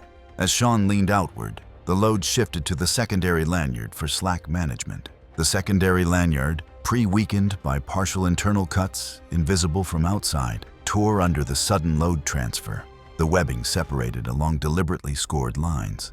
Sean lost his footing on loose gravel, small stones rolling away under his boots. As he slipped over the rim, the primary lanyard caught momentarily, jerking tight against the anchor point. However, the anchor carabiner had been reoriented by Colby Andrews earlier, positioning it to create cross-loading under stress. The carabiner failed when loaded perpendicular to its intended orientation. Sean fell a significant distance to a rocky ledge jutting from the quarry wall. The impact with the ledge was devastating. He sustained bilateral lower limb fractures, a pelvic fracture, and internal injuries consistent with high-energy trauma. His breathing became shallow as internal bleeding began.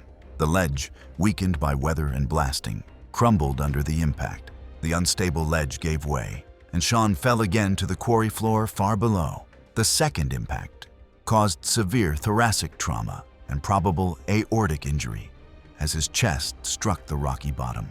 Distant workers heard two distinct impacts and alerted security.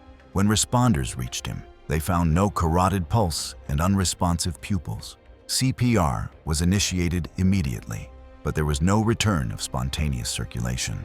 The mechanism of death was catastrophic internal hemorrhage from blunt force trauma, including suspected rupture of major blood vessels. Emergency medical services declared death after prolonged resuscitation attempts failed. The combination of fall distance, rocky landing surfaces, and severity of internal injuries had created trauma incompatible with survival. The investigation focused on the harness and anchor system. Inspection revealed internal webbing cuts in the secondary lanyard not visible externally, indicating deliberate sabotage. The carabiner exhibited stress marks consistent with cross-loading failure, and its orientation was inconsistent with proper safety practices. Footprint analysis around the anchor post showed evidence of Colby Andrews's earlier movements, and gravel scuff marks indicated staged positioning near the rim. Security logs confirmed Colby's vehicle at the gate that evening. Police arrested Colby Andrews at his home 5 days later. The investigation concluded that equipment failures were the result of deliberate tampering designed to create a fatal accident, while appearing to be equipment failure and user error. It was August 15, 2018, and the Riverside Park footbridge was bathed in the golden light of late afternoon. Melanie Cross, 33, a pediatric nurse with gentle hands and a patient demeanor, had agreed to meet on the bridge to resolve a dispute that had been festering for weeks. She preferred to handle conflicts in public settings, believing that open spaces would keep conversations civil. What she didn't anticipate was the volatile nature of her acquaintance, Sabrina Holt, 35. Outwardly agreeable but confrontational under stress. The footbridge stretched across the river with wooden planks that had been slick from recent rain. A maintenance note had been filed about algae growth on the bridge planks, and park staff had reported that a rail bolt had worked loose. A jogger, 28, was present for her regular evening run across the bridge. The bridge showed signs of deferred maintenance, with warning signs about slippery surfaces and a partially loose rail segment. Melanie arrived at the agreed time and positioned herself near the center of the bridge. Sabrina Holt approached with a normal demeanor, carrying what looked like a borrowed item being returned. The conversation began calmly, but Sabrina's underlying stress quickly surfaced. Park staff had previously documented a public argument between the two, establishing a pattern of escalating conflict. The verbal exchange escalated rapidly from discussion to argument, then crossed into physical confrontation as Sabrina's frustration boiled over. The confrontation involved physical jostling near the rail, with Sabrina Holt pushing Melanie toward the loose rail segment. The loose rail segment shifted under the pressure, providing no stable support. Her left foot slipped on algae that had accumulated on the wet planks. The combination of the push, the failing rail, and the slippery surface sent her over the side of the bridge. Melanie rotated as she fell, striking a protruding rock on the embankment below with the right side of her head. The impact was devastating, causing a severe skull fracture with immediate subdural hemorrhage. She also sustained a right scapular fracture and multiple superficial abrasions. Her respiration became irregular immediately following the head impact, then became shallow and increasingly ineffective as intracranial pressure from bleeding began to affect the brain centers controlling breathing. The jogger heard the scuffle followed by the impact and immediately changed course to investigate. She reached the embankment and called for help.